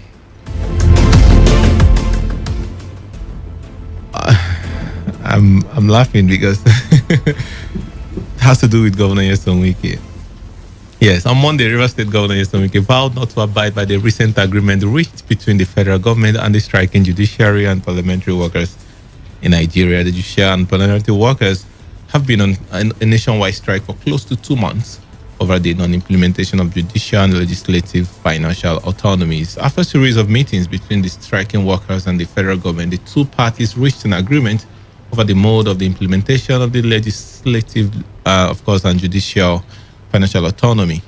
One of the resolutions said the state government will, of course, set up state allocation committees to be given legislative backings in the various fund management laws, which is to oversee the distribution of available resources to each arm of government. But the governor said, I'm not setting up any committee.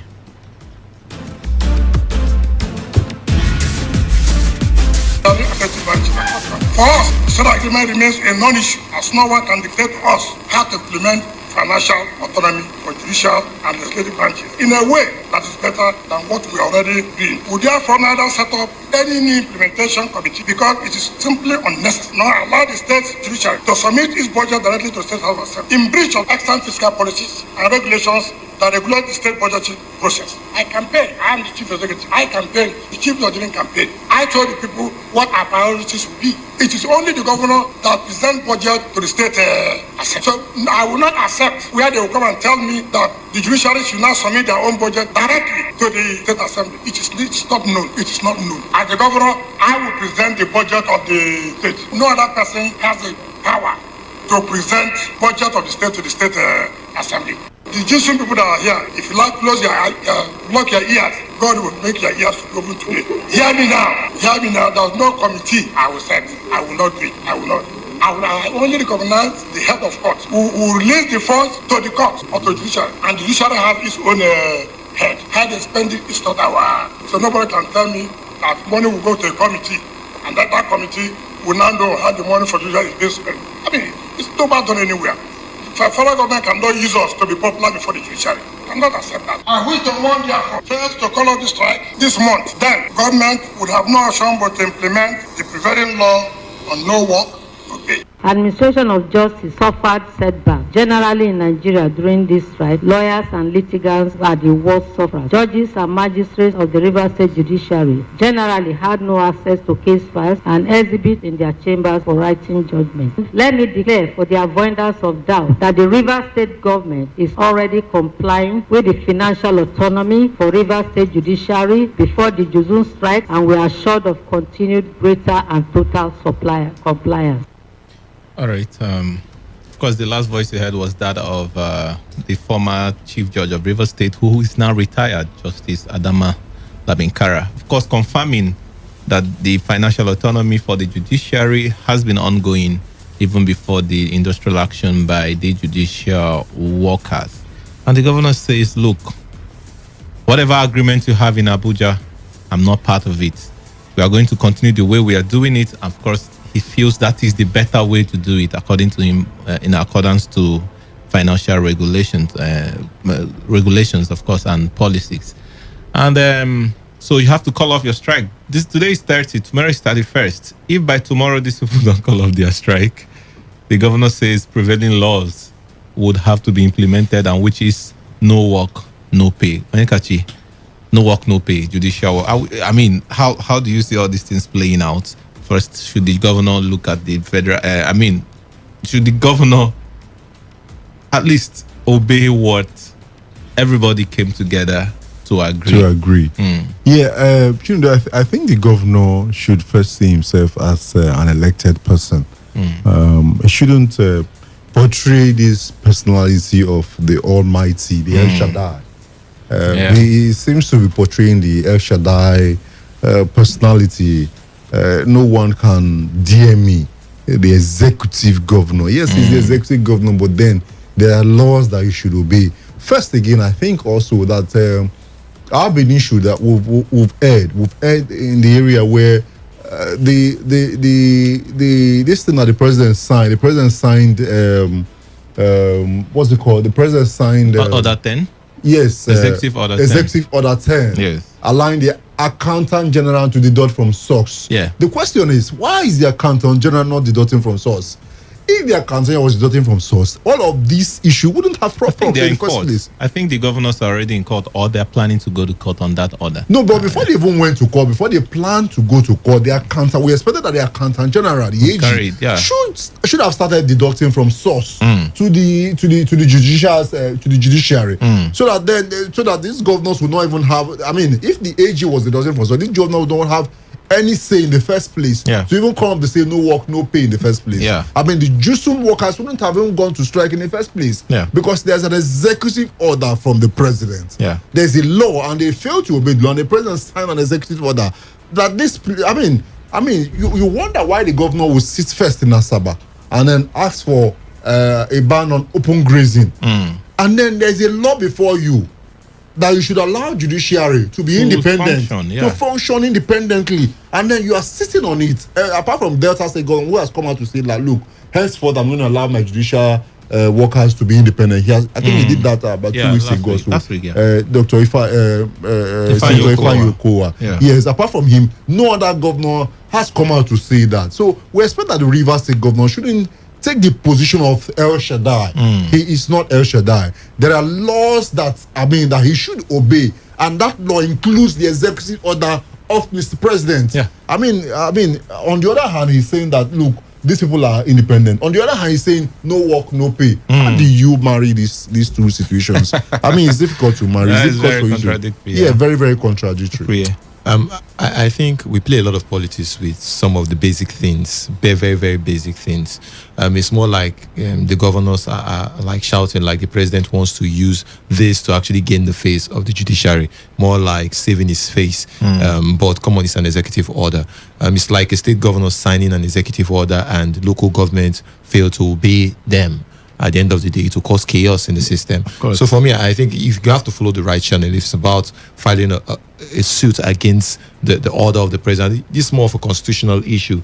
I think so. And then that means it should go straight to the Supreme Court if normal processes should be done, maybe appeal or something. So it could be faster. For me, it doesn't make sense. It doesn't make sense. Like we have problem with our elected officers. The way sometimes they portray themselves is quite But funny. how about in the case that, like the former chief judge came out to say, we're already enjoying financial autonomy? Come on, it's with in judiciary. In judiciary. How? I mean, the question is how, but the head of court is already saying, we're already having free hand to operate. In Rivers State. In Rivers State, that's what she said. She's sitting close to the governor. What do you expect her to say? She's saying what she's supposed to say at the event. And remember that she's bowing out so come on, she wants to go out in style. Yeah, because I mean, if you're enjoying financial autonomy, you should be able to buy cars for yourselves. I mean, for the judges, You shouldn't wait for the executive to do that for you. That's not independence. Yeah, I think that's the executive shouldn't even come out to say that when are going to pay your salary if you don't come to work. No, because your salary goes straight to your account or whatever. So it's very contradictory if you ask me. But every arm of government is quite important. The executive, the legislature, and the judiciary. I think the judiciary have been my line over the years, and it seems like they have. And we are to not push even this. talking about the legislatures. I mean, the parliamentary workers are still on strike. Of course, they are. And the speakers are not even speaking up. The lawmakers are quiet. I don't know. Who is it for? I mean, it's unfortunate, honestly. Who is this strike for? It's in your favor. You know that I'm sure we're going to go to the issue of the constitutional review. Yes. You know that we've done this before, and then when you get to the state legislatures, it was the governors who'd ring Of them, course. and then I remember they there turned was their a hand certain and then- time some state legislatures voted against their own independence before in some states. Yeah. Voted against their own independence. That's to tell you how much of influence the governors have on them. Anyway, at the end of the day, this country go better. I'm very hopeful, very, very hopeful. I don't have a plan B. You better do. All right, now talking about the constitutional review of the by National Assembly members on Thursday. Yeah, on Thursday, the zonal public hearing on the constitutional amendment review, that's the 1999 Constitution, was held. That's a day after it started in other regions of the country, but here in the zone, River State, Akwa Ibom, and Cross River, we did our own on 27 and 28. So a lot of people came with proposals, presentations, making different demands, what they want to be changed in the Constitution. We'll get to listen to what the Senate President, who was the Deputy Senate President, who was represented by the Senator representing Rivers East, Senator George Tekibo, what he had to say during the event. There are developmental challenges in our country. Many argue that these challenges are due to several factors, which include history, culture, national endowment, and politics. A colon task of giving the people a constitution that speaks to these challenges and one which our citizens can truly call their own. With revisiting some of the amendments proposed in past exercises, I wish to assure you most sincerely that the memoranda you have already submitted and those that may come forward arising from this hearing and all the deliberations and engagement that will come forth from them will not only enjoy critical consideration by this committee, but they will be the pedestal of our work as a committee. Okay, so That was the assurance from the leadership of the National Assembly. By the way, the Deputy Senate President is the chairman of the National Assembly Constitutional Review. So he's assuring, of course, expectedly, that your contributions will be considered. But a lot of people that I spoke to on that day, because I was there myself on the first day, they don't believe in this process. They don't believe they really mean it. First, some people are saying we need a fresh constitution. This is already flawed. It's skewed to favor some people and malign some other people. So we need something fresh that everybody will be part of. So we feel that sense of belonging. But then, even the process of amending it is also an issue. I know a lot of people that we are not allowed to make presentation on that day. If you do 2 minutes, your time is up. Oh, your time is up. Oh, yeah. But government officials, quote and unquote, they came and they are giving all the time to speak, make all their contribution. Even sometimes the moderator will ask questions to, ask them questions. Oh, what do you mean here? And then they have to expatiate again. But when the ordinary people, quote and unquote, people like us, but not me. I mean, I didn't make a presentation on that day. But people like us make presentation and we are timed. 2 minutes, your time is up and all that. So the process is also an issue. But the question is, do you think, Priya, that this process will get us to the point that we all want as Nigerians? I mean, the process of constitutional amendment. Or do you think we should just get a new document and work with it? This process, if you look critically, I think it may not work. I don't want to sound like a prophet of doom, but it's clear in the way the whole process is going. It seems like some certain person doesn't actually want this to work. And that's a big problem. If we want to do such a because it's a big decision when it comes to constitutional review. There's a lot of things that will go down. Like I was there the second day, people were talking about creation of new states and the ideas about creating new local government areas. A lot of ideas talking about 35, some said 40% of women participation in politics by different political parties. So there's a lot of ideas, some about even the youth's participation, particular amount of elected positions should be given to the youth. So I think it will be very, very difficult because some of these decisions will actually affect the people that wants to amend the constitution at the end of the day, because the State House of Assembly will participate in this amendment process down to the House of Representatives and the Senate. So if you are going to create or work on a document that at the end of the day will affect you as a politician, it becomes a problem at the end of the day. You think about women participation, you look at the National Assembly and you ask yourself, how many women are there?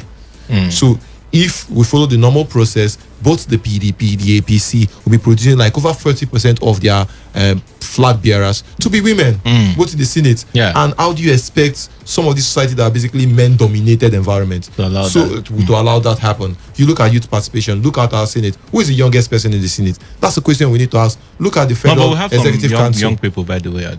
We have some young people. When we talk about the percentage, if you are saying 50% and women for youth, representation very low. Poor. Look at the Federal Executive Council, the young people there. The youngest person I think should be Festus Keyamo. How old is Festus Keyamo? He's above 40. And you think about above 50 or closing on 50. Closing on 50. Man, he's no longer a young man. And you ask yourself, we are talking about youth participation. I think the youngest appointee we've seen, I mean, in substantive positions should be the EFCC boss. Yeah, he's about 40. About 40 when he assumed office. So I think we are just playing. If we want to make this drastic change, it will affect a lot of people that are actually working on the law and they will not let it happen. Mekachi, fresh constitution, or let's patch this one and see how we can get it right. When you say patch, I mean, because that's why it's looking like this is not the first time the point is that we've just embarked on a journey to nowhere. All right. This constitutional review, we just embarked on a journey to nowhere. It's an infinite journey. And we are heading nowhere. We're just wasting resources. Remember, in the 7th Assembly, we did this. They did it. In the 8th Assembly, I think we did this. Under the chairmanship of Ike Kwerimadu. Of course. I mean, we did all of this. Senator Sekibo that spoke in Port Harcourt was in the 7th Assembly. I'm sure he said the same thing he said yesterday. then. And then he's repeating it again. How can we be fooled? We can't be fooled. We can't be as foolish as they think we are. We are knowledgeable to know that this thing cannot work. It cannot work. we hear in Ibadan, the city in the PFN came out, the chairman of the PFN came out to make mention to talk about the issue of Sharia law in the Southwest, bringing Sharia in the Southwest. For PFN to come up with that issue means there's something about it. I mean, for PFN to come up with that issue, we're already saying that the existence of Sharia law in the Constitution is even an issue. A problem. It's a problem. And you're saying, okay, extend it to this part of. Oh my goodness. You know, so I think we'll just embark on a journey to nowhere, if you ask me. And again, the issue of unfortunately, we are spending resources in all of these things. We are spending huge resources in all of this. And how can we amend our resources in just 2 days? 2 days of sitting. 2 days. I mean, you were there on the first day of the sitting, and then I mean, you just shared your experience that some people came to speak, and then they were asked to just round up, and some people were given the whole time to speak. How can we amend? Although, to be fair to the committee, what they receive would be a document from whichever group, and the promise is they will study all the documents in terms of proposals or what have you that have been submitted by those who are proposing. So we are hoping that maybe they will study it, but we don't know.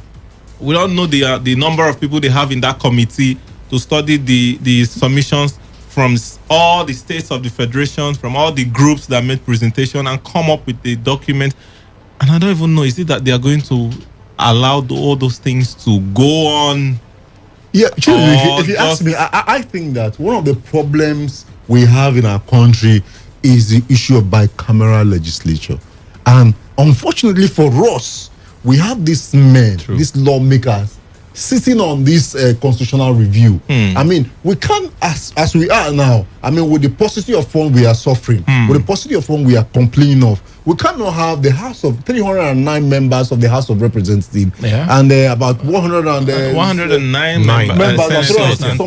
of House of Representatives sitting. I mean, why can't we have one legislative arm of government? I mean, remember the senator from Imo State, Senator Richard Okorocha, made mention of that, and it was, I mean, they came hard on him. Of course. I mean, that suggestion, I think, should sail through. I mean, we should have one unicameral legislature.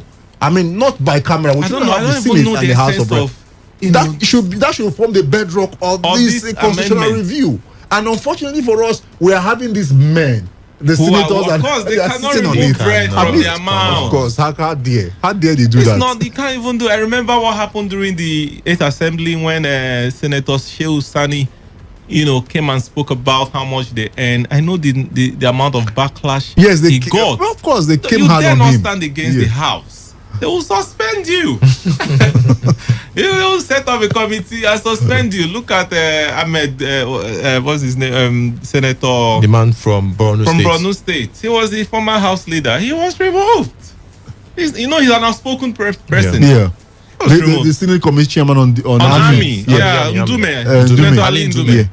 So you need to be careful when you are talking about, when you are in the house. They say you don't talk while eating. This bad table manners. I mean, there's food in your mouth and you are talking. I mean, okay, but he's an African. At the end of the day, I know I spoke with a member of House of Representatives. I'm like, look at these people. People are saying we need a fresh constitution, and he was like, how can we get that? Can't we start with what we have first?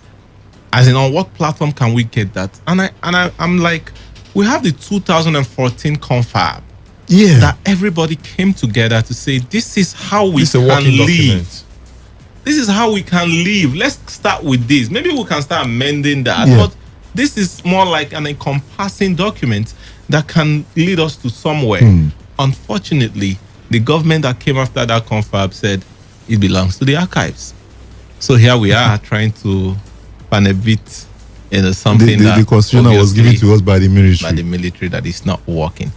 But let's see how it goes. Like we say, the Nigeria in us will allow us to become patriotic and hopeful and prayerful and hoping that something comes out of it. Okay, so this happened yesterday. Of course, it was reported today. The former aide to former President Goodluck Jonathan, Ahmed Goodluck, who was shot dead in Owerri yesterday. Unfortunately, he was going to the airport. Yes, he was going to the airport after visiting Owerri. going back to Abuja. He was ambushed on the road and was shot and he died at a spot. That's a very terrible news coming out from Imo State. Of course, the Imo State Police Command has confirmed the incident. He wasn't with an escort. He was going alone. And according to the spokesman for the police command, the taxi driver took an unusual route. I don't know what that means, but I know the airport road is one road. I mean, there's just one road to airport. And then 6 men, were laid him and shot him dead. A very sad news coming from Imo State. Gulak was the chairman committee on APC that conducted the primary elections in 2018 in Imo State. That brought in Rochas. That brought in Uzodinma as but it's a very sad news, Onyekachi. Very, very sad, Chinelu. Very, very sad, and also knowing that Imo State has been in the news for the wrong reasons. I mean, we've had attacks on police formation. Correctional facilities and formation that belongs to security agencies very recently, not just in State, across the southeastern parts of the country. We've had information that has not been palatable. This is quite unfortunate, not knowing also that Gulak was political advisor to the former President Goodluck Jonathan before he moved over to the APC, just some years back, and he also was in the forefront of the election that brought Ruhu Uzodinma to the government house in Imo State. It's quite unfair. I think the police and the security agencies should sit up, and we should begin to they should begin to answer some of the questions that we've been asking. How do we sit in a country and all of these things that happen? How do someone who is of importance, somebody who is highly placed as Gulak, get into the come to Imo State without security? How do they? One should expect that there should be security escort following him while he was on his way to the airport. Maybe he chose not to. Maybe he just. That's how he came. But again, one will expect that he came to visit. He was a guest of the state government. Well, we don't know his reasons. For being decided to visit. Then, for me, I think it's worrisome. Like, if you look critically, we have been talking about VIPs not moving around with police escorts, and when you look at a situation like this, come on, you just beg to allow them to have this. No, we shouldn't beg to allow because them. At the end of the day, I think that is a fundamental issue. Beyond it being a fundamental, it's an insecurity issue. Yeah, this happened to Gulak because he's someone who is known. Who is known. A lot of several other persons have died. So true. But when you look at the particular situation right now, he died in Imo State, moving from Abuja down to Imo State. Yeah, and that is not the way we work in Nigeria. That's not the state of origin. One. Yeah. Secondly, it's not an appointee in that state. It's more like someone visiting another state. I think it speaks more to the level of insecurity presently in Imo State right now. Yeah. In fact, somebody just called me that, this is happening. I don't know how true, but a certain set of people have been shot and all that. A lot of things are happening, especially in Imo State. Remember this the police stations attack. In fact, this whole jailbreaking started there, and it's been ravaging up till today. So Imo State is tense. I spoke with somebody from Imo State today. They were like, everybody is inside. We don't know what is happening. Before you come out, you have to look carefully before you move.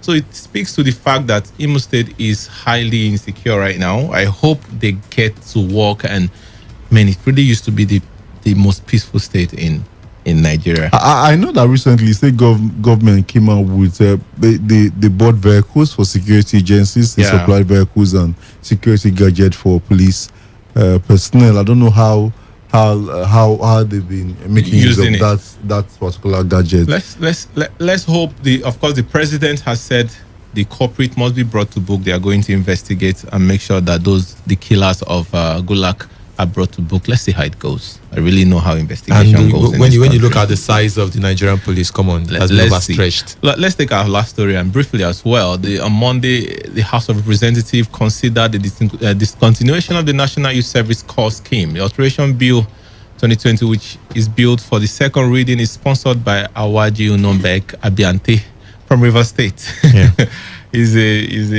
Of course, it sounds familiar, right? True. He's saying, look, he's from Andoni. He's representing Andoni Opobonkoro Federal Constituency.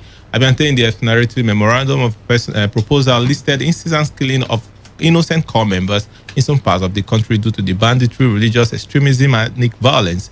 Incident kidnapping of innocent members of the youth service corps across the country as, of course, one or some of the reason why we should discontinue this thing. But do you think briefly now, Yekachi, the reason for setting up the NYSC has been defeated? We wanted, cohesion, amidst diversity. We wanted to be able to relate, well with other people from the other sections of the country. You think that is still tenable today? Yeah, I do not think it has been defeated, really. But my concern with that bill by the honorable member is the fact that it looks to me like, I mean, myself and Kalada spoke about it in one of our programs, the platform, and I told him, look, it looks to me like this honorable member is simply telling us that, look, this insecurity something is, cannot be solved. So let's, the reason is, do you understand? The reasons he gave seems to me like the issue of insecurity cannot be solved. So let's just get these guys, these NYC guys, to their various states and let them remain in their various states. I mean, coming from someone who is highly placed as a member of the House of Representatives, it sends jitters down my spine. But I mean, now they allow you to choose the states where you want to serve. Unlike before, you know that you don't have a choice. They send you to wherever they want to send you. If they allow you to choose your state, will you choose Borno State? No, that's the point. That's the point he's trying to make. That was not the point. If you allow me to choose, I'll choose where I want, probably my state. So the reason has been defeated because you are supposed to tell me, go to Borno and serve and know the people of Borno. But that's how it is. No, I think but right now, you're allowed to choose. If you have to register in the NYSC, you're given four options to choose where you. If you're lucky, you choose where you want to be. They put you there. That's probably where the lawmaker is coming from. But I would have thought that I will buy the idea of suspending it, not outrightly cancelling it. Let's put it on hold for Somebody now. said, of course, on a lighter note, the insecurity we have in this country is too much. We got trainings in camp, military trainings as NYSC. Why don't we? Even the soldiers, why don't we even the soldiers are finding it difficult to defeat Boko Haram. Of course, but the presidency or the federal government said they are committed to the program. In fact, they are going to make it even stronger, and they are not thinking of scrapping the NYSC. I think on that note, we've come to the end of the show this evening. It's been the big stories produced by Stella Sasongo of the news department. We'll do this again next week, same time, same station. My name is Chinedu Wuna. Do stay away from trouble. The coffee is on. Stay at home. Good night. See you next week.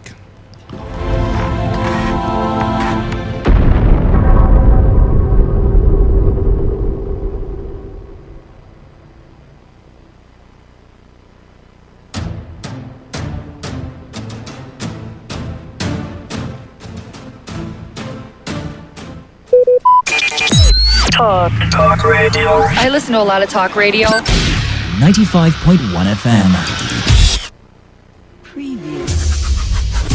You're about to listen to 5.1. Get ready. It's the world of broadcasting as Today 95.1 FM brings you entertainment, information, education as they unfold every day. Today 95.1 FM. Do you know that I'm necessarily mentioned? Do you think I used to climb from tree alone in this video? So, you say you've not benefited anything from Nigeria? What was your favorite Nigerian movie growing up? 1, 2, 3. Isakaba. Yeah. It took time. Conspiracy. Today 95.1 FM. Don't touch that dial. Make sure you are tuned to your numero uno. Tell me, where's your money now? Why, man?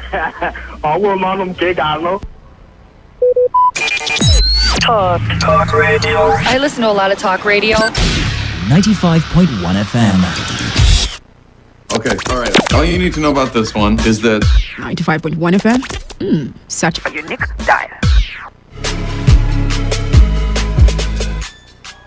Every day on Today 95.1 FM, there's always an opportunity to comment and air your views on our various programs. It's not just about us, it's about you. Your opinion and your voice. President, don't you think that it's time to step down, sir? Be part of the story, the gist, reactions, intrigues, and the news. President Neil Patrick Harris has called for greater regulation. Give us a feedback or join the conversation on Twitter at TodayFM951. Our Facebook address is Today95.1fm, or join us on the number 0701 933 9962. That's our WhatsApp application. Be informed, be educated, and have fun. We are Today 95.1 FM, voice of the people. Okay, all right. All you need to know about this one is that 95.1 FM. Such a unique style. Talk radio. I listen to a lot of talk radio. 95.1 FM.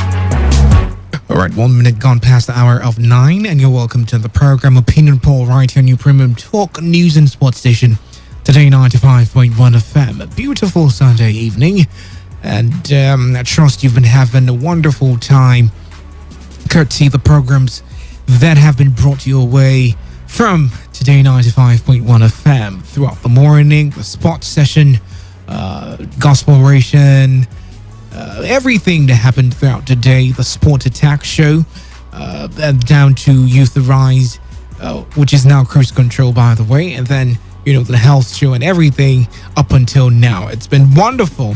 You're the reason why we're here, to always bring to you the best when it comes to news, sports, entertainment, everything. We bring it to you. We're a premium talk news and sports station right here in the city of Port Harcourt. We also are the voice of the people, so we give you a voice with everything we do.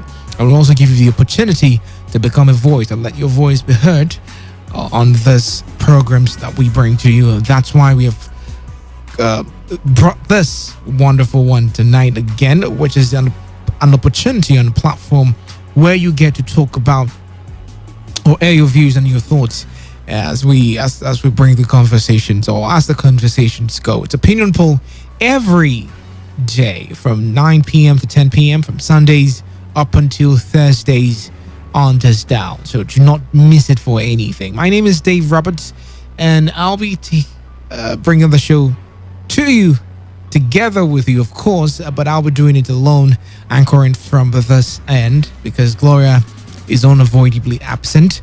But tomorrow she'll be here, and we'll do it together as we normally do. Okay, so you can reach us on the number 0817-0000-951 or 0810-951-0951, or send in your text messages and your WhatsApp messages to the number 0701-933-9962. Now, every Sundays, it's more relaxed.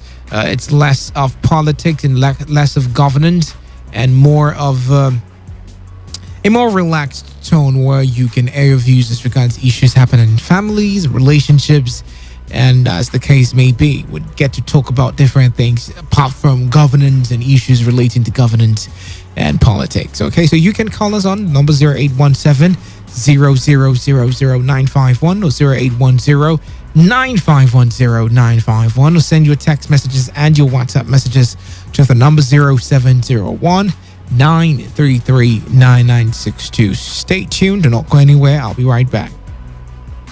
Okay, all right. All you need to know about this one is that 95.1 FM.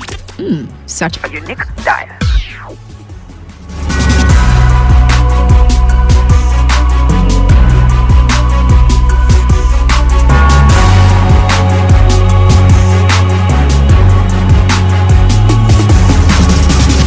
You're about to listen to 551. Get Get ready. It's the world of broadcasting as Today 95.1 FM brings you entertainment, information, education as they unfold every day. Today 95.1 FM. Do you know that I'm a petroleum mentioned? Do you think I used to climb from tree alone in the village? So, you say you've not benefited anything from Nigeria?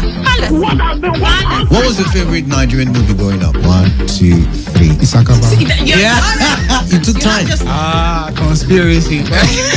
Today 95.1 FM. Don't touch that dial. Make sure you are tuned to your numero uno. Tell me, where's your money now?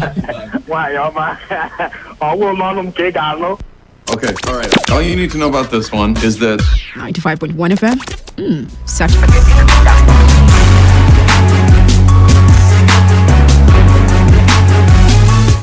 All right, you're welcome back. It's still the program Opinion Poll right here on this dial, Today 95.1 FM. And like I said before we went on that very short break, it's that program where you get to contribute by giving in your thoughts and your opinions as they come.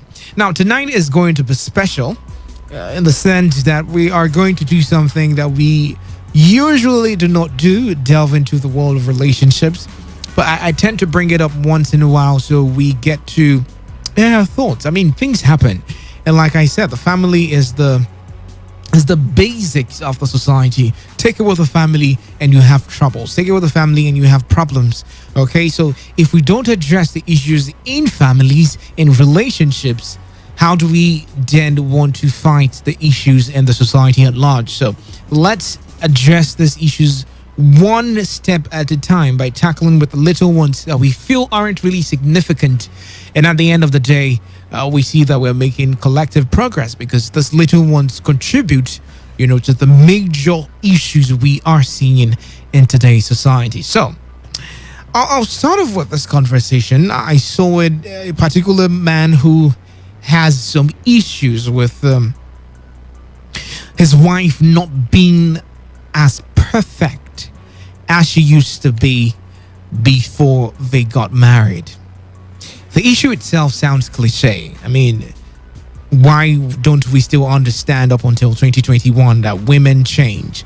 Their bodies are changing constantly. Hormonal changes, physical changes through childbirth. People change. They pick up different attributes and habits and characters that in turn affect the way they have been looking or they were looking some years before now or some months before now. I've practically seen people they term to be very skinny going through a month and then they're on the big side. I've seen this kind of things happen before, so it's not new that women change. So let's get that in mind as regards the context of what we're having the conversation. Now, it almost looks like, physical looks and figure is now the prerequisite for a lasting relationship.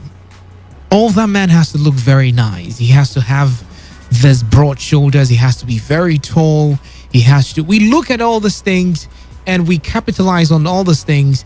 And when we don't see these things happen again, the love starts to dwindle. The affection starts to dwindle because he's not that person you used to know. But before we get into this conversation, I think I almost forgot. Let me just play the song to refresh our memories a little bit.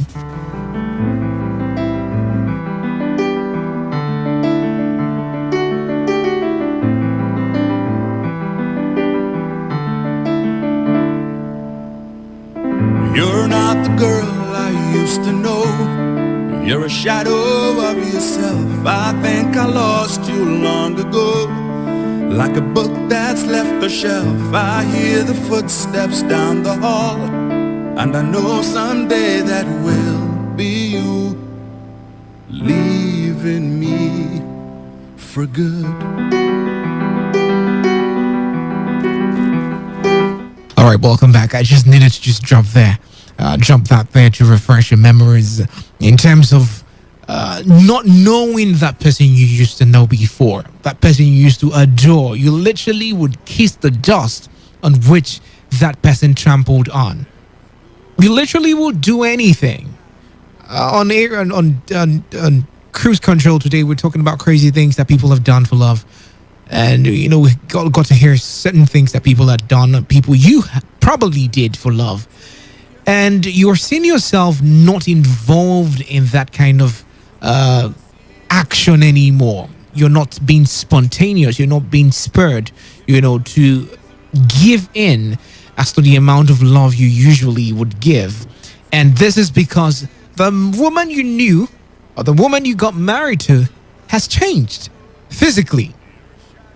The configuration is no more the same. The alignment is no more the same. The way the symmetrics of everything used to be before now has changed.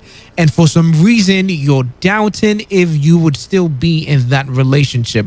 A cliche problem, like I said, but has been one of the biggest issues that has been on the radar. All right, so I will tell you the story about this man who said something. He said his wife no longer turned him on as he finds her unattractive at the time. They have been married for 28 years and they are now in their 50s. He said, I'm not a strapping young man, but I've kept fit for the number of years we have been together, and he exercises daily while my wife has let herself go. My social club, of which she's a member, has a state-of-the-art gym, but she refuses to go to it, though she's always taking diet pills. We used to have an excellent love life, but her appearance now puts me off, and I can only get aroused by picturing younger girls I had slept with. I still love her. Everything else in our life is good. The 3 children of the marriage are also well trained and they turned out well. So what can I do to make her what can I do to make her looks more interesting to me? This is the conversation we're going to have tonight. All right. So like I said, physical looks and figure has now become a prerequisite for lasting relationships. I mean, you want to have this one. And I thought to myself, I mean, if you're looking for someone who is on the bigger side, because I think they're the ones trending right now, the ones who are chubby, plumpy, give and take, that same person in the next 1-2 years at the same pace of consumption of food, that person's figure will triple. It's simple mathematics. And you don't expect someone to remain the same way for 10 years. You understand what I'm trying to say. You don't expect the person to remain the same way. But we have this picture, we have this image in our heads that this lady I'm getting married to will remain the same way she used to be for the very long period of our marriage together. But with that being said, let's flip the coin a little bit. Most men and women have absolutely let themselves down by totally ignoring the fact that looks are also important. Very, very important. I mean, you cannot throw that away. In as much as you feel like it's really not a matter of urgency, I mean, there is also pressing things to address. The family is there. You should bring money for the family. You should contribute in any way you can. You should fend for the family. So what time do I have to hit the gym? That same gap and that same loophole you're creating might be the cause of the problems in the marriage or in the relationship. So we juxtapose these two things. And we come from Africans, you know, generally we look at exercising and we look at keeping fit as something that is secondary. Let's do other things. Let's take care of other things. And then probably when I have the time and when I'm chanced, I can hit the gym once a month to some extent and try and keep fit. I mean, it's also payment. You don't go there for free. And we have that mentality. So it's almost like an unachievable dream or goal. But at the same time, your husband is looking outside and choosing to admire more women, or the women that are more fit, the women that are more physically attractive. Now, I'm not just saying we should streamline it to hitting the gym or, trying to exercise. There are certain things you can do that keeps you attractive to your partner. So if you're not doing those things that you had been doing before in the past, why are you complaining that your partner is not attracted to you anymore? All right.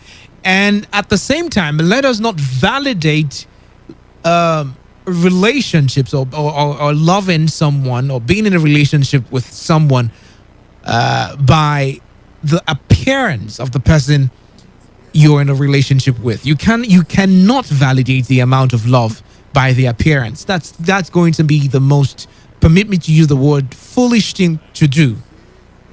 I mean, you don't trust someone because the person looks nice or looks not unattractive. You don't trust someone because the person looks unharmful. All right. You don't trust someone because the person has a lovely facial configuration. You don't trust the person. People who have those pretty looks and pretty faces have done the worst, So you cannot validate a relationship by the looks of someone. But at the same time, we are gradually allowing our spouses, we're gradually allowing our partners fall into the hands of those people who have taken out time to take care of themselves and look attractive. All right. So if you were in the situation where this man is finding himself in, or if you've been there before now, what do you think should be the best solution that you would prefer to this man? Because he's absolutely confused. Every other thing in the marriage is working out fine. Every other thing is pretty nice. They have grown-up kids who are well placed in society.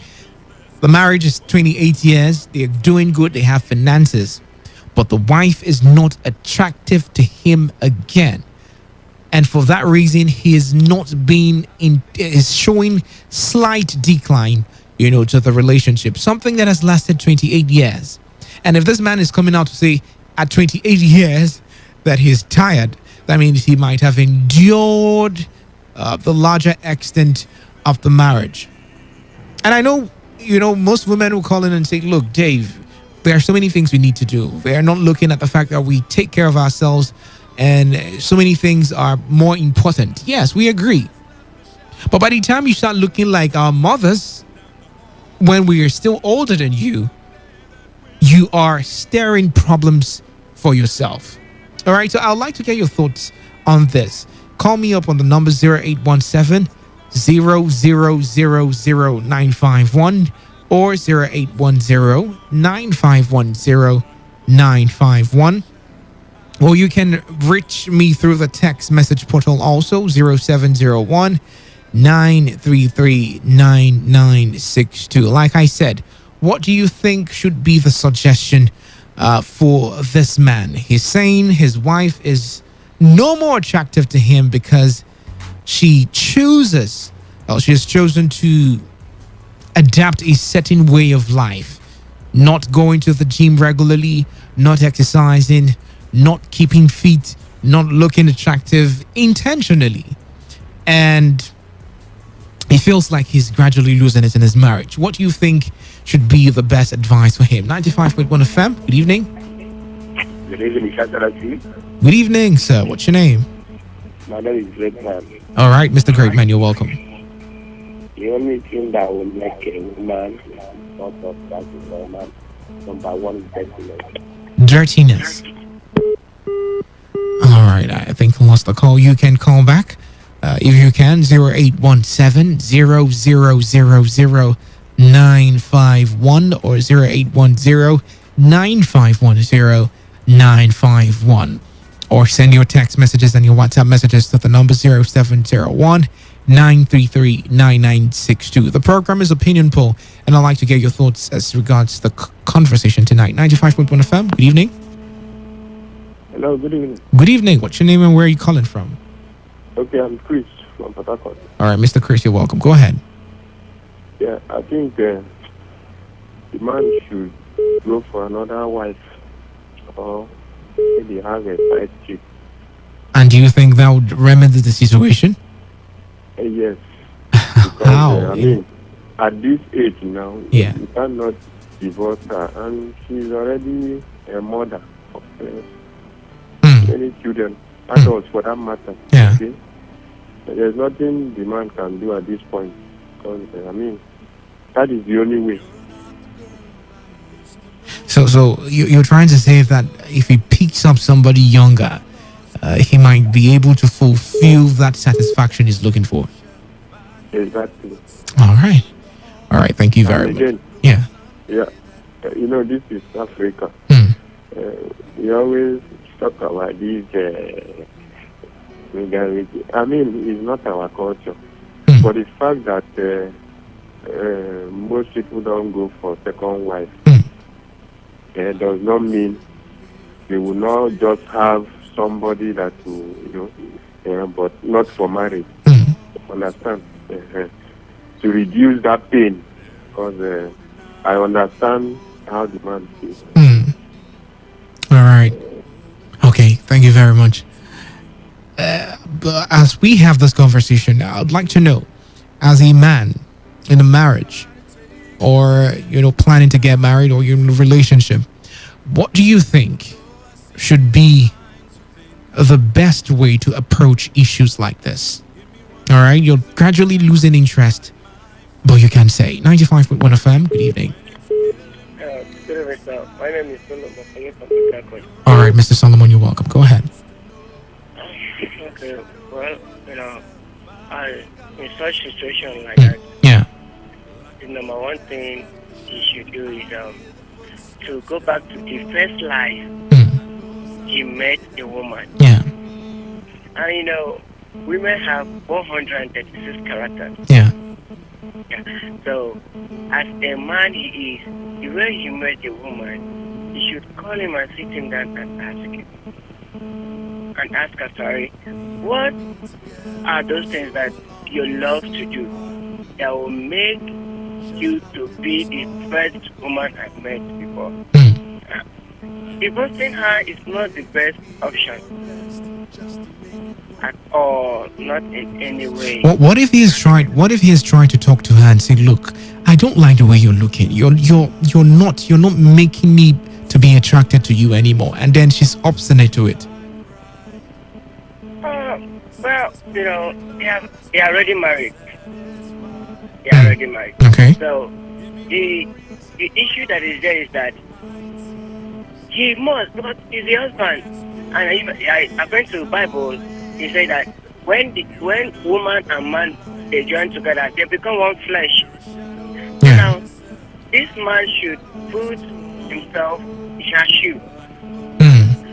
Let's assume that it was the woman that was feeling the same thing. He would say, no, it's my husband. Anyway, it's my husband. So anything that will be possible for she to do to get back the husband back, she will do it. So the same applicable to the man. Let the man, even if the woman will not give him positive answer, let him still try. And let him seek opinion from answerers also, people that know more better than him. I think that would be the best option. All right. We have different sides to this. I've heard of some people. I've heard of some women who wake up on one morning and they say, "Look, I think I have a call from God, and I wouldn't be doing certain things again. I wouldn't be wearing certain things. I wouldn't be dressing in certain ways again. And this is because I feel I have a deeper connection spiritually with God. And for that reason, I would stop doing certain things." And without clear explanations as to why she's changing, or clear description of what she wants to do, the wife you knew is now all covered up. I'm not saying you should have your wife exposed or you should have your partner exposed. No, I'm saying the particular person you knew before now takes out time or doesn't take out time to do certain things she used to do before in the past, and it's now a problem in the marriage, because these were the things you fell in love with, and you loved the fact that your wife could represent you anywhere. You could walk with your wife. That feeling when you walk with your wife or you walk with your spouse and you're proud to mention their names or refer to them in any kind of occasion, and you're saying, oh, look, this is my wife. Have you met my wife? This is the person I'm with. And for some reason, you're seeing yourself not doing that kind of thing because the person isn't meeting up in terms of looks and figure. I'd want to know, all right, in as much as we are of the opinion that, oh, the woman should change or stuff, do you think the looks and the figure should be the only prerequisite for a lasting relationship? When I mean a lasting relationship, I mean something that's going to span for years and years and years to come, because eventually nature will set in. Eventually, the way you would look 10 years ago would never be the same way you'd look now. All right? Eventually, nature will set in. But should it be the prerequisite? Because we are seeing more men. You ask a man, an average man, an average young man, what kind of lady do you want to get married to? Oh my God, I need someone who is really thick, who is curvy, who is tall, who knows how to dress, who knows how to, carry herself. And these things are just becoming the narrative as the days go by. And when they go, the case is now different, But on the other hand, we also need to see them. So I'd like to get your thoughts as regards to this man who says, look, I'm no more interested in my wife again. The marriage is 28 years. We are over 50 years. We have 3 kids all grown up. But I'm not attracted to her again. Rather, I fancy other ladies outside. And he's been honest about it. Because the next thing you hear most people say is he wants to cheat. But he's been honest that he is looking out. The things he needed to see in his wife, or the things he needs to see in his wife, is seen outside in other women. What do you think should be the best advice given to this man? And if you have been part of this kind of thing before, you've had some turbulent issues in your marriage or your relationship, and you got through it, what kind of advice would you give to someone going through something similar? All right, so call me up on the number 0817 0000951 or 0810 9510951, or you can send your text messages and your WhatsApp messages to the number 0701 933 9962. The numbers again, 0817 0000951 or 0810 9510 951. Hello and welcome. Good evening. Good evening, sir. Good evening. What's your name and where are you calling from? Okay, I'm Jerry from Cross River State. From Cross River State? Correct. All right, you're welcome. Nice to have you. Yes. Okay. My contribution is that the man can look outside. He can look outside? Yes. All right. Why? Can look outside. Can look outside, but not bringing the woman to the house. Can look outside. Don't you think that will be detrimental to the marriage? All right. You went there before I could ask you the question. Looking outside, is it the permanent solution? I mean, we're looking at permanent solutions. Obviously, the wife isn't ready to change or adapt. Is looking outside the best option? 95.1 FM. Good evening. What's your name? Where are you calling from? Oh my God. Why are we having network issues tonight? Keep calling. All right. I'd love to hear your thoughts and your views. 0817 0000951 or 0810 9510951 or 0701-933-9962. You can send your text messages there. I'd like to get your thoughts as regards this issue. Generally, some men feel their wife should have a certain look regardless. I'll get back to that. Let's just take this call. 95.1 FM. Why am I having network issues tonight? I really like to get your thoughts as they come. But we'll go on this very short break that gives us the opportunity to rectify any network issue. And then when we get back, I'd like to get your thoughts. Still, the Premium Talk News and Sports Station, Today 95.1 FM. Don't go anywhere.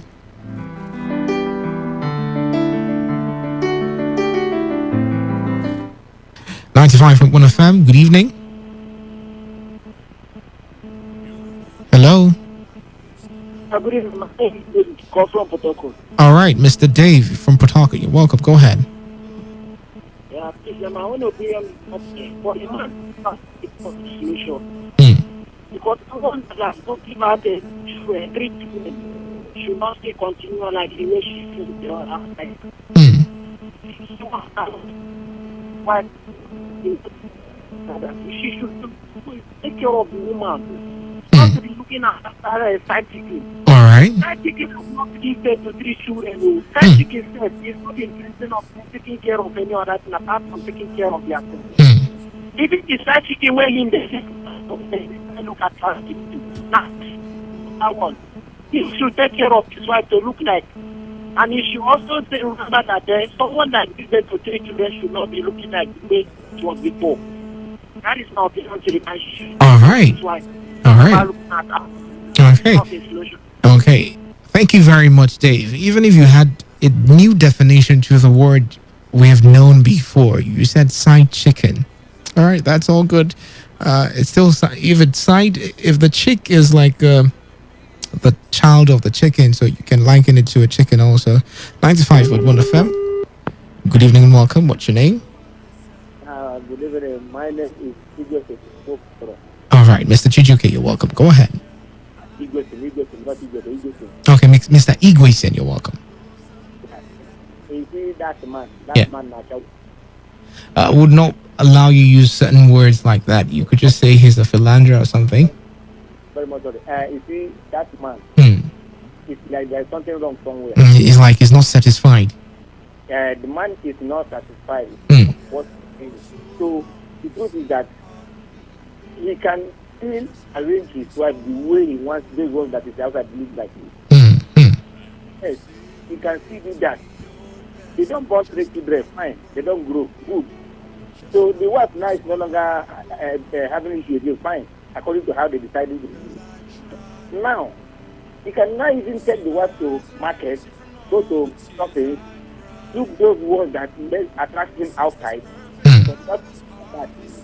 You tell me? Yeah. Yes, I have somebody in my area that the husband used to go out to chase all these small girls. They say, okay, it's like this. All of us go wear the same thing. The ones they buy those ones where those small girls they wear. Yeah. They make it waiting to make the husband to go outside. Okay. The wife, the man can still equally do like that, so that things will be okay. Oh well, for the woman who started wearing all those things, did the husband start coming back to the house? The husband is coming back to the house. Yeah. All right. Yeah. All right. Thank you very much. Now you see, tested and trusted. Women are naturally competitive. Okay, so it's left to you if you're going through something like that. I would prefer or I'd suggest you trigger that instinct for competition, not in terms of dragging your husband, but having those things and knowing that you can keep your man the same way the other person has his attention. 95.1 FM. Good evening and welcome. Good evening. My name is Anthony. I'm calling from Rumolimi. Anthony, how's Rumolimi tonight? Very cool. All right, go ahead. There's something you have to understand. The marriage for women, at times, they deviate from the certain. The man tell them that this is what they like. in the sense that some women feel that marriage, once they have one or two, like their child, they have a life. And after all, a man cannot dictate for them again. They have entered. They forget that men are dictated by what they do. Attitude is everything. Some men prefer when they do something. Some men prefer the way you look before. Continue looking like that. So then we are very difficult. Once they start dealing with some of their friends, they change. They can't even understand what they are talking to. And they won't even allow you to advise. So when I look at all this, I say I don't know. So you wouldn't blame the man if he begins to cheat? I don't blame the man. Wow. I don't blame him. Wow. Okay. Some of them are I can just. All right. Thank you very much. The man. I'm only thinking man. All right. Thank you very much. Like I said, I think I should give this piece of advice to most women who are going through certain things like this. You have what it takes to keep your man. You do have what it takes to keep your man. I mean, when you hit the gym, you see some women. It's not desperation. It's logic. Men, someone described men to, no offense, okay? Someone described men to babies. And what babies do is they crave for the immediate gratification or satisfaction. So once something is catchy to them, they need it at that time. And then once their attention is taken off that thing to another thing that catches their attention, they need it at that time. So in any angle you're coming from, whether as an unmarried couple or as a married couple, you just need to have his attention. You just need to. There is no, I am good, I'm comfortable with the way I am in the marriage, and I think he has known me and I have him. No. There is no having. You need his attention. You should do things that would get his attention. For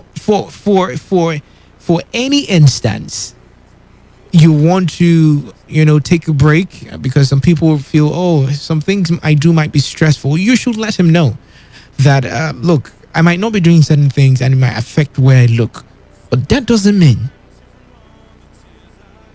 And men are very picky, So if they tell you, look, it's for their ego, they are doing it for their ego. They want to be proud of you outside. Don't say, look, I'm okay, don't disturb me. No. No man wants to walk, on the street with a woman who is unkept, who is flabby, who is just too, no offense to people on the big side, all right? Or no offense to people on the skinny side. They want to be proud of what they have. So if you're big, you can make your big very beautiful, all right? And if you're skinny, you can make it beautiful. If you likes what he sees, he would stick there. Okay? And if it's in terms of what you wear, your appearance, you should ask questions. I think we should go on a very short break this time for real. And then when we get back, we would tilt the conversation to the women. And let's hear what the women have to say, because I've not heard anything from them. The numbers again, 0817 0000951 or 0810 9510951, or you can send your text messages. Right, I think the text message portion is down, so you just can call or should call 0817 0000951 or 0810 9510951. It's still opinion poll right here on your premium talk news and sports station, Today 95.1 FM. You're a shadow of yourself. I think I lost you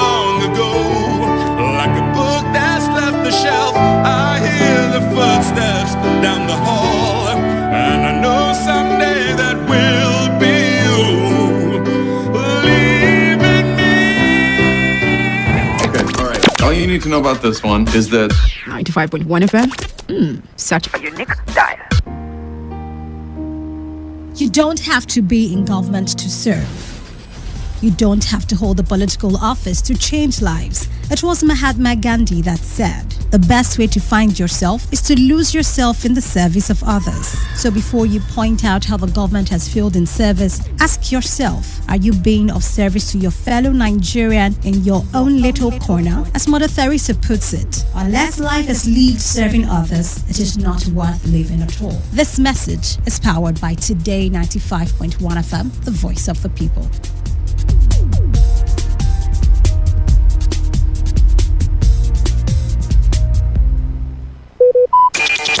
Talk radio. I listen to a lot of talk radio. 95.1 FM.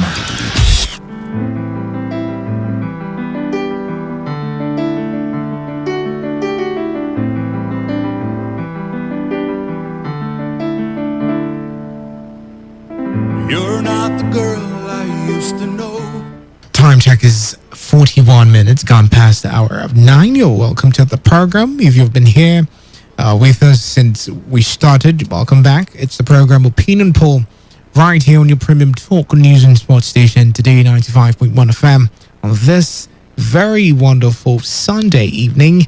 And we are having a conversation about not being perfect anymore. All right, not looking as you used to for your spouse or your partner, not having that welcoming remarks. You know, before this time, he used to tell you, look, you're so gorgeous, you're so beautiful, you have eyes that dazzle me, you have the skin that is radiant as the sun, tells you all these things, and then there was peace in the family. And then the first thing that happened for you to know that there is now problems, or problems just started, was when he started telling you, look, I think you're adding, a little at some places. And you're like, oh, don't worry, I'll take care of it. I've been stressed, or, I've not had time. And the next thing is he's repeating the same thing to you, and he's telling you that, and he's telling you that, and he's telling you, and the next thing is now a problem, because you're now insecure. I think I should, twist or turn the table and hear what women have to say. It's not a male-based program, so women, feel free to call in. Do you feel like you're under too much pressure when your husband or your partner, your boyfriend, starts saying, look, you should look a certain way for me? Okay? Do you feel like you're under too much pressure and there are other things going on for you and you feel like this should be secondary? This should be something that you would do at your own convenience, not because you want to make a man feel good, not because you want to fan his ego or validate his masculinity in his environment. Oh, he's that man that has this very beautiful wife that is curvy or that has shape. Do you think you're under too much pressure because you're taking care of the home, you're taking care of the family, you're working, you're taking care of yourself, you have other things to attend to, and yet again the pressure is coming from him? Work out, look nice, do this, dress this certain way. Do you feel that you go through too much pressure when you start hearing those kind of remarks coming, from your partner, your male partner? I'd like to get your thoughts. 0817 0000951 or 0810 9510 951. In case you're just joining in, we're having this conversation based on what a man said. A man who's been in marriage for 28 years, and he's now saying, look, I feel, in fact, it's not I feel anymore. I am not attracted to my wife because she's not looking the way she used to look 28 years ago. And I'm not saying I need too much from her. All I'm saying is, can you just train? Can you just cut off the unnecessaries? Can you just accompany me to the gym and look smart, look okay?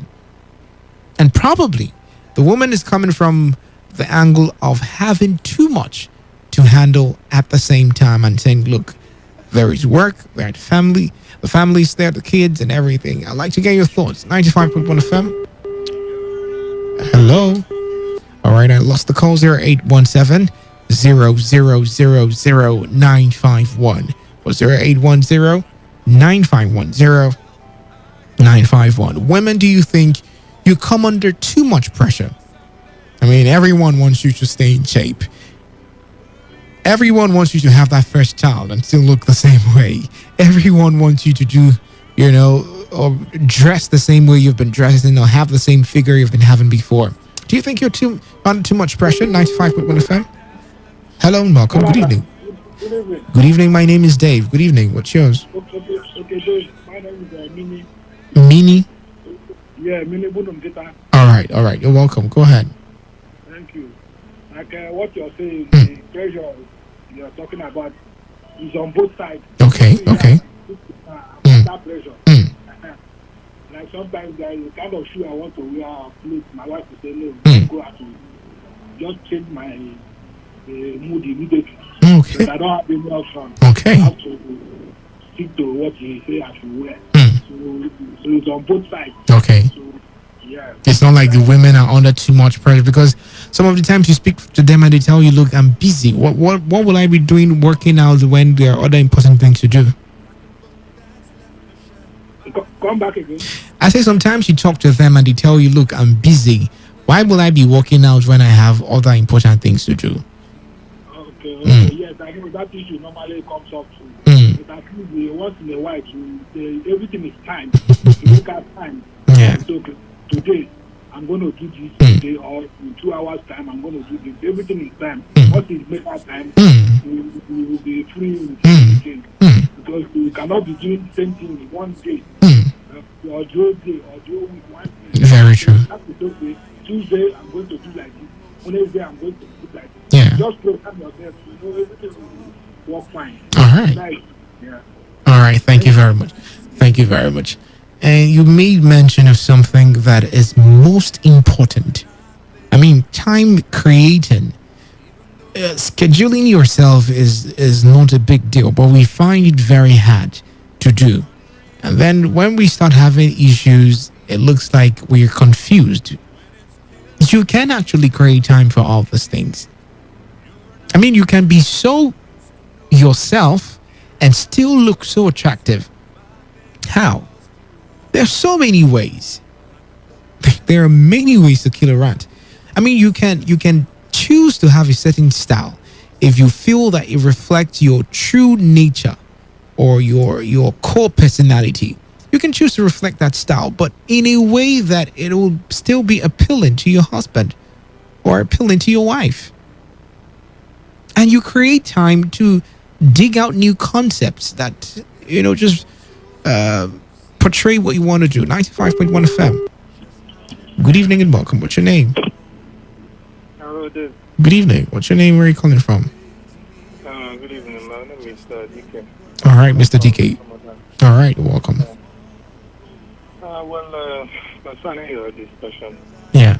I think the man that is in discussion, from what he's saying, the man loves his wife.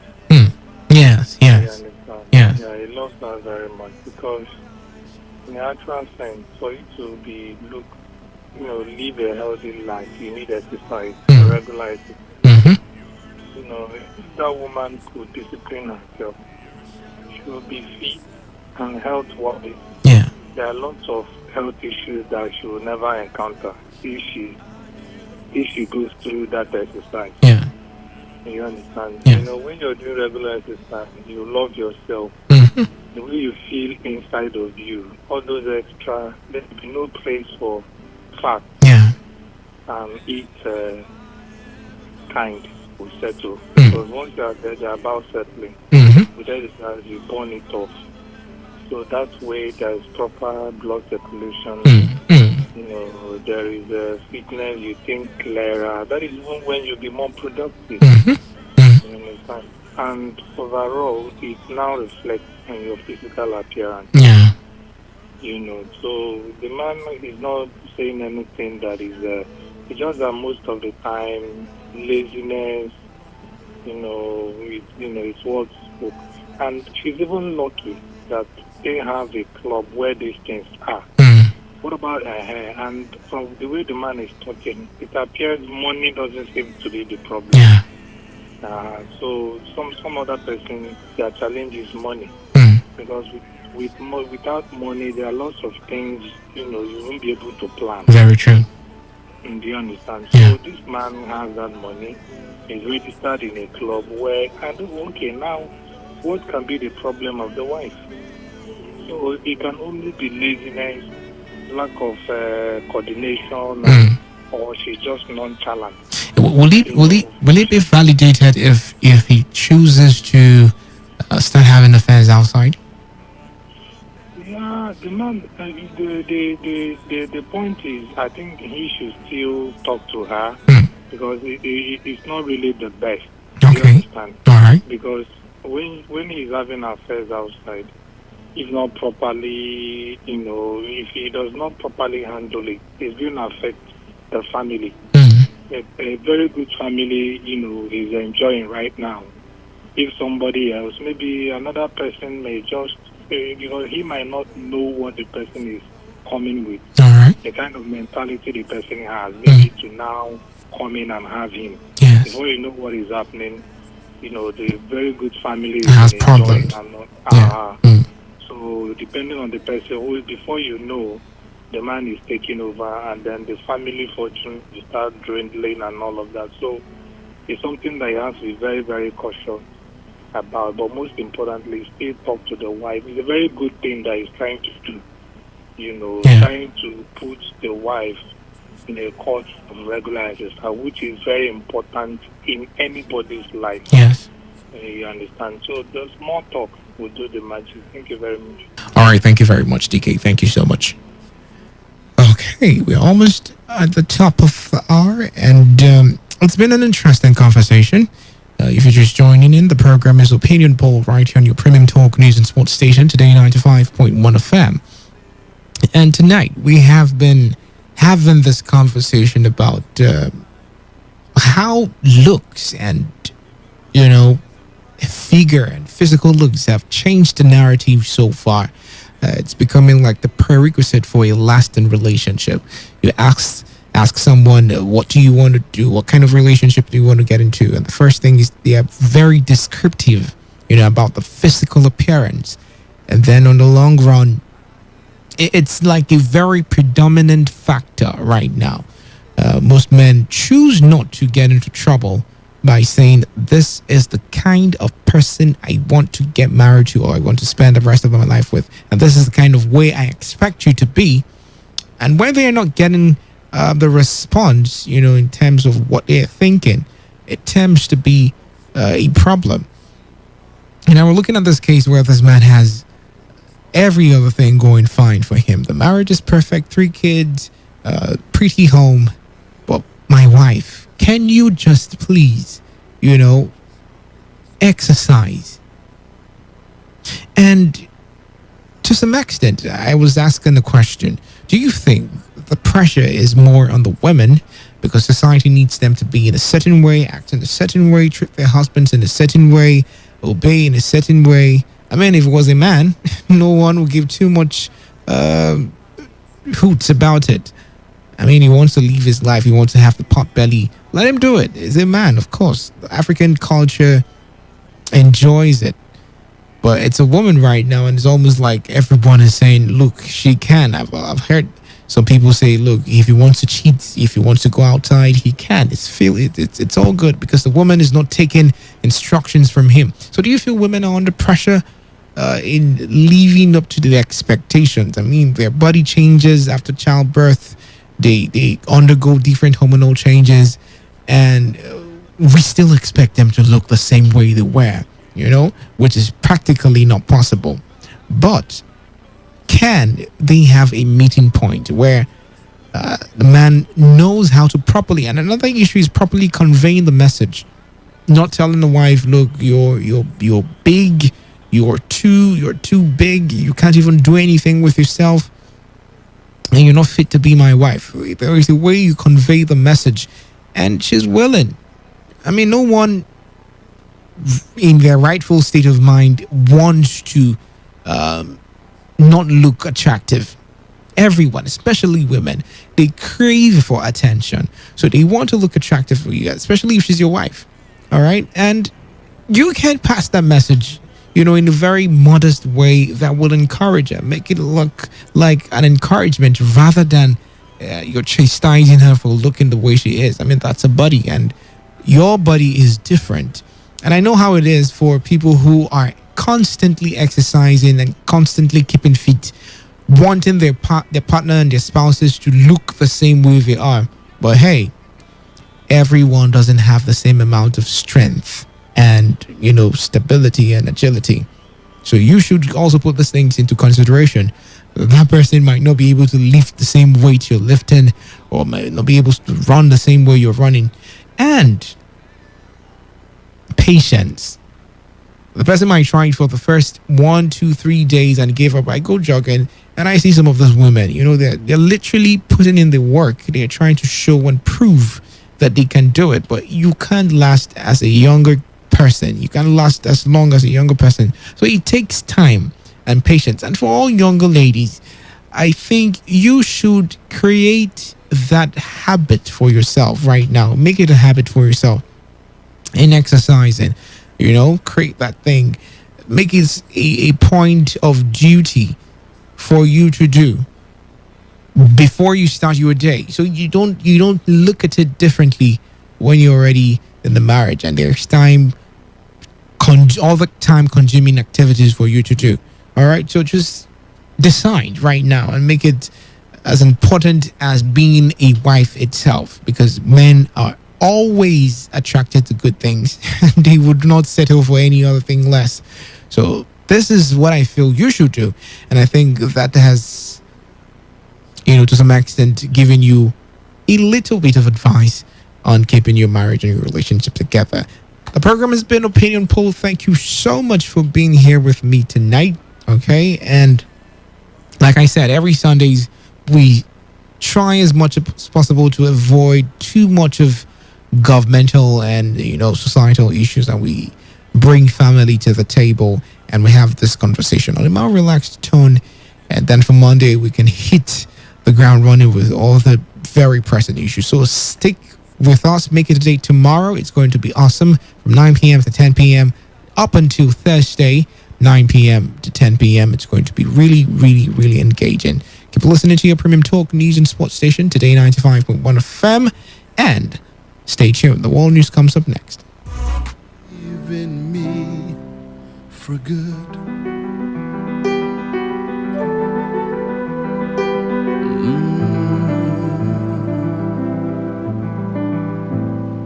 We have been together for so long, you seem a part of me. Just how did this all go wrong? And you say you gave to me your best just to make it work. But just how did this all go wrong? 'Cause I tried. See, my eyes are empty from all the tears I cried. Since this perfect love is hardly satisfied. Give me one reason why I should hide my tears when it's killing me inside. You're not the girl I used to know. You're a shadow of yourself. I think I lost you long ago. Like a book that's left the shelf, I hear the footsteps down the hall, and I know someday that will be you. Okay, all right. All you need to know about this one is that 95.1 FM. Such a unique dial. Every day, every hour, when the big stories break, depend on our 24-hour news team to bring you the latest. Today, 95.1 FM. Whether it's happening in Port Harcourt, South South, Nigeria, or around the world, we've got you covered. On air, online, delivering balanced news and unbiased analysis. Today, 95.1 FM.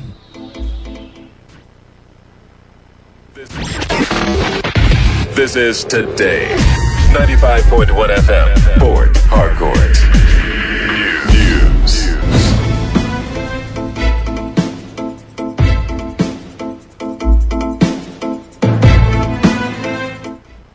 Good evening. This is the World News on your premium talk radio, Today 95.1 FM Port Harcourt. I am Dave Roberts.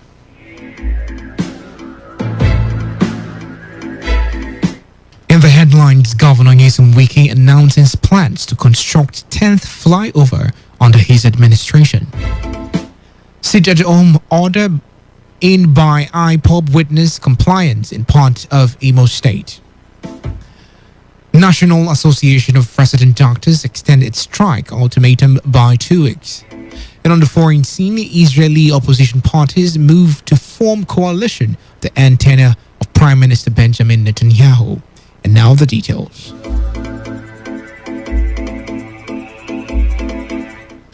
The River State Governor Nyesom Wike has announced plans to construct a 10th flyover under his administration.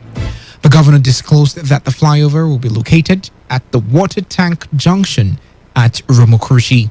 He made this promise during the Thanksgiving service held in Port Harcourt to commemorate the second year of his second tenure in office as governor. As of today, we are talking about doing 9 flyovers. Within 2 years, in this our second tenure. And when I look at 9 is an odd number. As I will not get an odd number. I must say even number. So there must be the 10th one before I leave. Don't ask me how will I get the money. I don't want to know. The one who gives the money will give it. So those of you who are angry that Port Harcourt are about having flyovers, please don't only be angry. You have more pressure. So that flyover will be at the water tank in Romokrushi. That is West Road.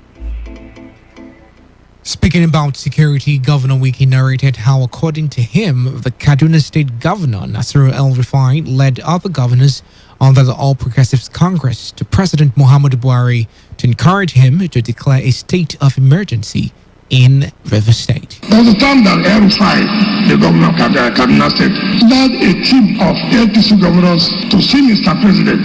What did they go for? To tell Mr. President to change all the security health in the state. To achieve what? To make sure that first of all, there is security in River State so that there will be a situation where they will declare a state of emergency. Again, to use them to manipulate and re-election. And if El-Rufai said is a lie, let him come out and I will give him the date. And the governor he went to see Mr. President.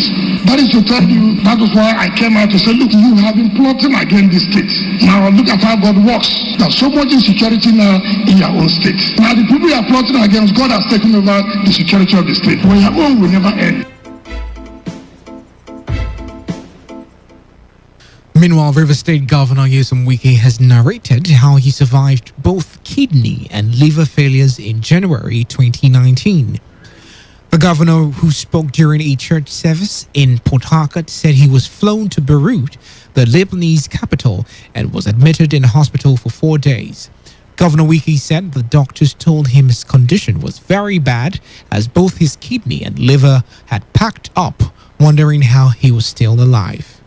In fact, as I got to Beirut from the airport down to the hospital, and the doctors looked at me, of course, without telling me, they have to give me a room. Initially, when they looked at me, they wanted to put me in an emergency room, but they said that I was very strong, so they allowed me. And then, of course, they started having their procedures. And unknown to me, that things were very bad, very, very bad.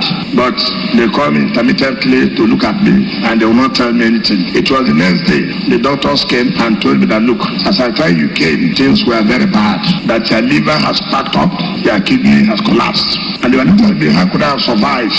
The kidney was no longer functioning, the liver was no longer functioning, but yet I was still alive. And so it didn't take 24 hours. They came back to me that everything had passed, everything is working. As part of efforts to engender development in Romokuta community of the Obiakpo local government area of River State, the Traditional Council of Community has admitted 9 chiefs and 1 elder into its fold. The paramount ruler of Romokuta clan, His Royal Highness Eze Victor Amadi, said the admission was necessary to increase the membership of the council that will help to tackle the challenges of the community. We are small. We are 5 communities that made Oromokuta. And Council of Chiefs, we are not up to 10. It is supposed to be something that everybody would like. You drink, you happy, you eat food. I want us to have more people. And we have more people that wanted to be a chief. So I now recommend them to come and join us for peace, for progress. Just young men that can assist the community to move Oromokuta forward. That's right. So I do not remove anybody from his title. People are saying that they're from Oromokuta. There's no problem with Oromokuta. You can see today the Council of Elders are here. Council of Chiefs are here. What I did today was to make Oromokuta grow. So young boys.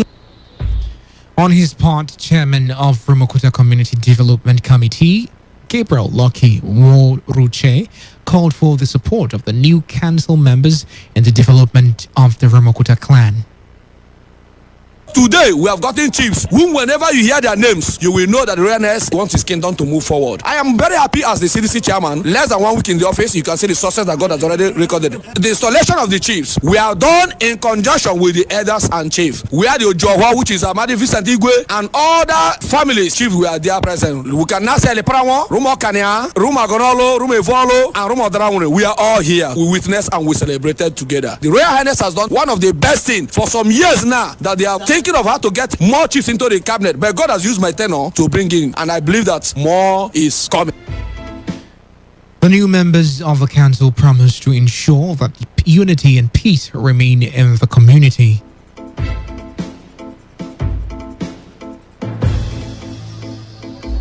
Amongst other several issues, agitations for creation of states featured prominently during the recently held zonal public hearing on the 1999 Constitutional Review. The event was held in Port Harcourt between the 27th and 28th of May, witnessed several presentations from various groups making different demands. Most of the groups who made their presentations made a case for creation of more states, particularly in the South-South region. Some of them include leaders from Anang in Akwa Ibom State, Ogoni Land and Obolo communities in River State. One of the cardinal issues that we Ogoni people are agitating is state creation. We have produced enough to sustain Nigeria even before independence, and that Ogoni people are deprived of their rights. And that is why we need an autonomy. Even when we are answerable to the government of Nigeria, that we need to control our resources and pay certain percentage or quota to the federal government as a kind of tax. As of today, Anang province is one of the only 2 provinces that have not been made a state. The rest have been made states. Some are 2 states, some are 3 states, and we believe that for equity, justice, the Anang people should be granted their request for the creation of a state of their own. And the state, we've named it Itai State. Why are we talking about the Obolo State? The area that we are asking that could be made into Obolo State is the gateway, the security gateway of the Gulf of Guinea. So creating Obolo State provides an adequate way for the government to be able to manage the issue of security in the Gulf of Guinea. The seat-at-home order by the indigenous people of Biafra appears to have witnessed a high compliance level in Imo State. Today, FM gathered that most of the roads in the state capital were deserted as on Saturday and Sunday, as most residents stayed at home in fear of unknown gunmen. Some residents in Owerri told Today FM's Chinedu Iwuna that they are living in fear and are now more careful with their movements. People are no longer moving just like the way they used to move before. Everyone is now scared because nobody knows what will happen next. So unlike the normal movement we used to have, we don't have it again. So before you now move to any direction, first of all, watch from a distance to see how far. Everybody is just running for their own life, yeah? Everybody is just at it. So there's no free movement just like before again. They're all hiding inside things there and today. I see that come water is already very what is going on. They're all sitting at home. The roads are dry. They are not very good. No shops are open. Not even the pharmacy is open. No restaurant is open. The roads are dry. I know our part is risky going on. Meanwhile, gunmen have set ablaze the newly completed office of the Independent National Electoral Commission located at Okwando community in Njaba local government area of Imo State. Reports say the arson attack took place at about 11:30 a.m. today. According to the INEC National Commissioner, Chairman for Information and Voter Education Committee, Festus Okoye, the office, which was built and commissioned shortly before the 2019 general elections, was burnt to a considerable degree. In a communique, Okoye stated that although no life was lost, the building was substantially burnt down, along with electoral materials, office equipment, and furniture. This latest incident has been reported to the police for investigation. The attack is coming exactly a week after the INEC office in Ihiazo, Mbise local government area of the state, was vandalized. The Imo State Police Command has confirmed the assassination of a chieftain of the All Progressives Congress, Ahmed Golak. Golak was a special advisor to President Goodluck Jonathan and was killed by unknown gunmen in Ungo Akbala local government area close to the Sam Mbakwe Airport Road in Owerri, Imo State. Sources said Golak was heading to the airport when the assailant attacked him and shot him on the spot after trailing him from his hotel room to the place where he was killed. Confirming the incident in a statement, the police public relations officer of the Imo State Police Command, Bala Elkana, said Golak left without any security escorts. The statement said the Commissioner of Police in the state, Abutu Yaro, has directed a discreet investigation into the matter as tactical and special forces have been deployed to cordon the area and arrest perpetrators. Golak was the chairman of the APC committee that conducted the primaries for the Imo governorship election.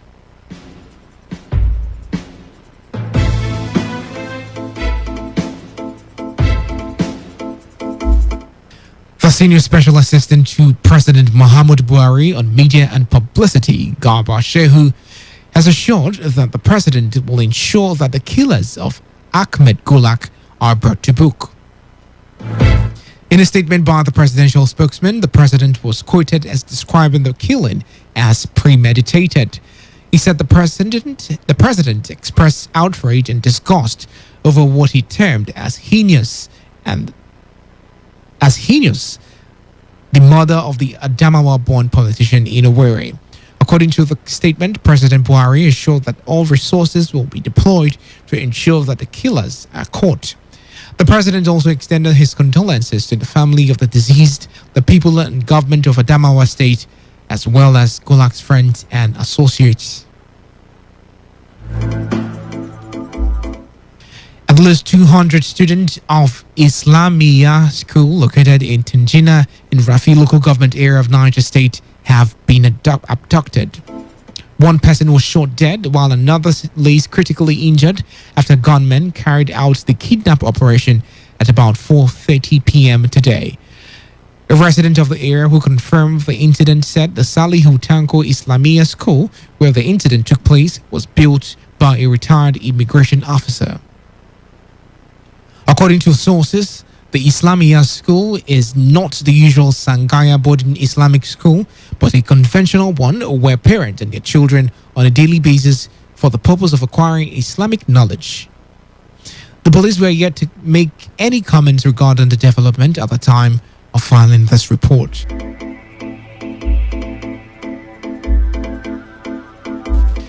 A member of the Nasarawa Assembly representing Nasarawa Central State Constituency, Ismail Danbaba, has been kidnapped. Danbaba was kidnapped on Saturday evening while traveling to Jos, Plateau State for an official function. Chairman of the Nasarawa Assembly Committee on Information, Mohammed Omadefu, who confirmed the development, said the incident took place at the forest in Sanga local government area of Kaduna State. He explained the kidnap legislator had passed Adaha and Akangwa local government area of Nasarawa State, heading to the forest area in Sanga local government area of Kaduna when the kidnappers ambushed and whisked him away. Omadefu further disclosed that the kidnappers have made contact with the assembly but were yet to make any demand.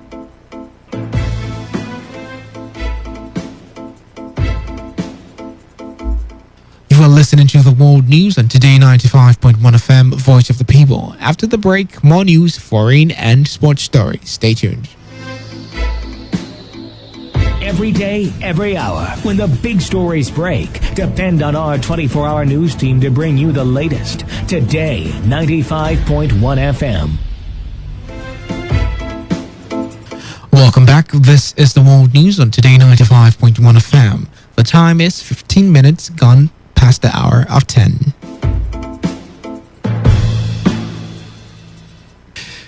This report says the National Association of Resident Doctors has extended by 2 weeks its strike ultimatum to the federal government and state government to address the issues of welfare of their members across the country.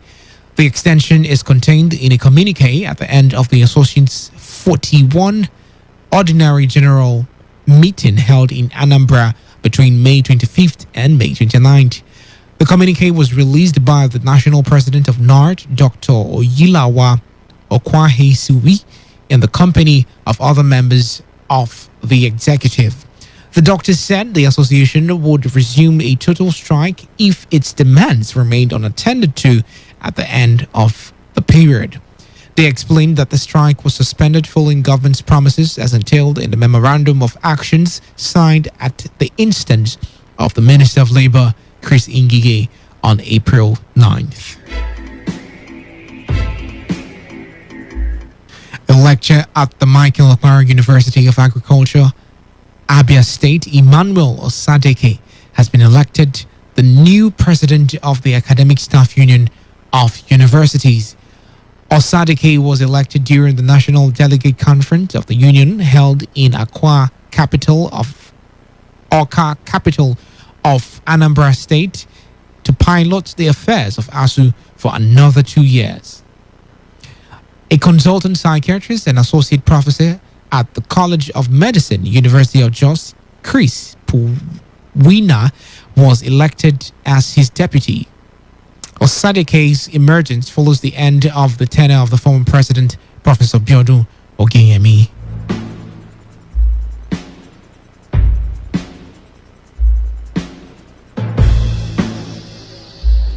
On the foreign scene, Israel's opposition parties have moved closer towards forming a government that will bring to an end Benjamin Netanyahu's time as the country's longest-serving prime minister. Centrist party leader Yair Lapid is reportedly close to reaching a coalition agreement with the ultra-nationalist leader Naftali Bennett.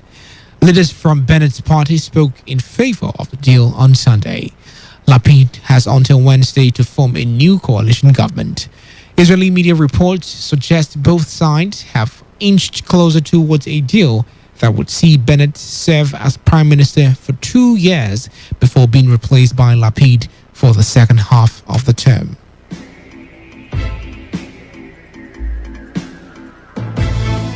The United Nations Human Rights Chief Michael Bachelet has called on Colombia to launch an independent inquiry into the death of anti-government protesters in the southwestern city of Cali. The city has been the epicenter of protests against President Ivan Duque, and 14 people are reportedly dead in recent days. Bachelet said those responsible should be held accountable. On Saturday, President Duque deployed troops to Cali to quell the unrest. Streets in the city were reported to be deserted after the military intervention, but demonstrators in the capital, Bogota, vowed to hold rallies to demand an end to police violence.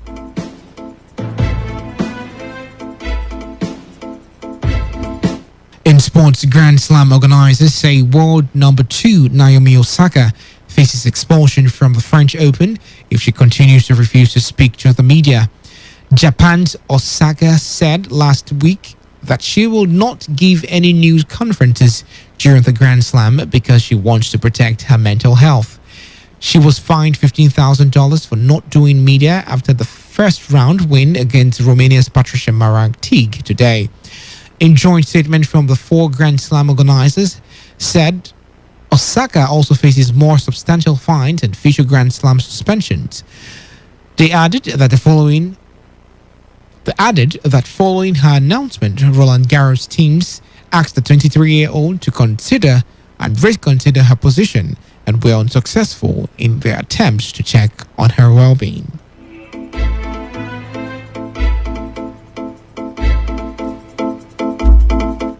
And now to end the news, here's a summary of the major stories.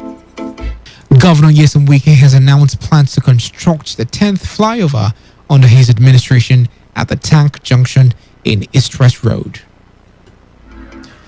The seat-at-home order by the IPOB has witnessed compliance in part of Imo State. The National Association of Resident Doctors has extended its strike ultimatum by 2 weeks. And on the foreign scene, Israeli opposition parties are planning to form a coalition to end the tenure of President and Prime Minister Benjamin Netanyahu. And that was the news, as edited by Chinedu Ibunna. For comments and inquiries, please call 0818-389-2850 or send your emails to news@todayfmlive.com.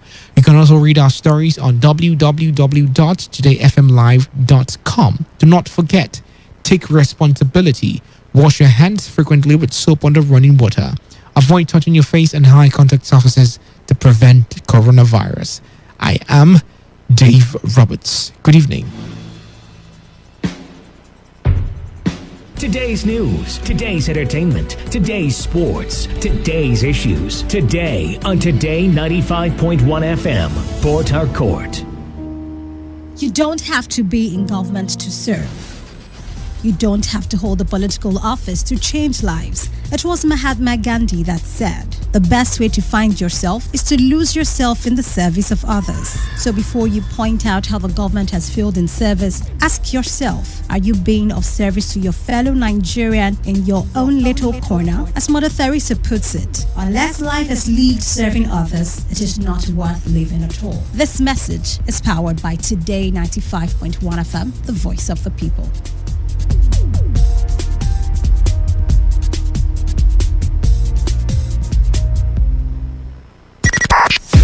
95.1 FM, voice of the people. And we're back. Okay, all right. All you need to know about this one is that 95.1 FM. Such a unique style.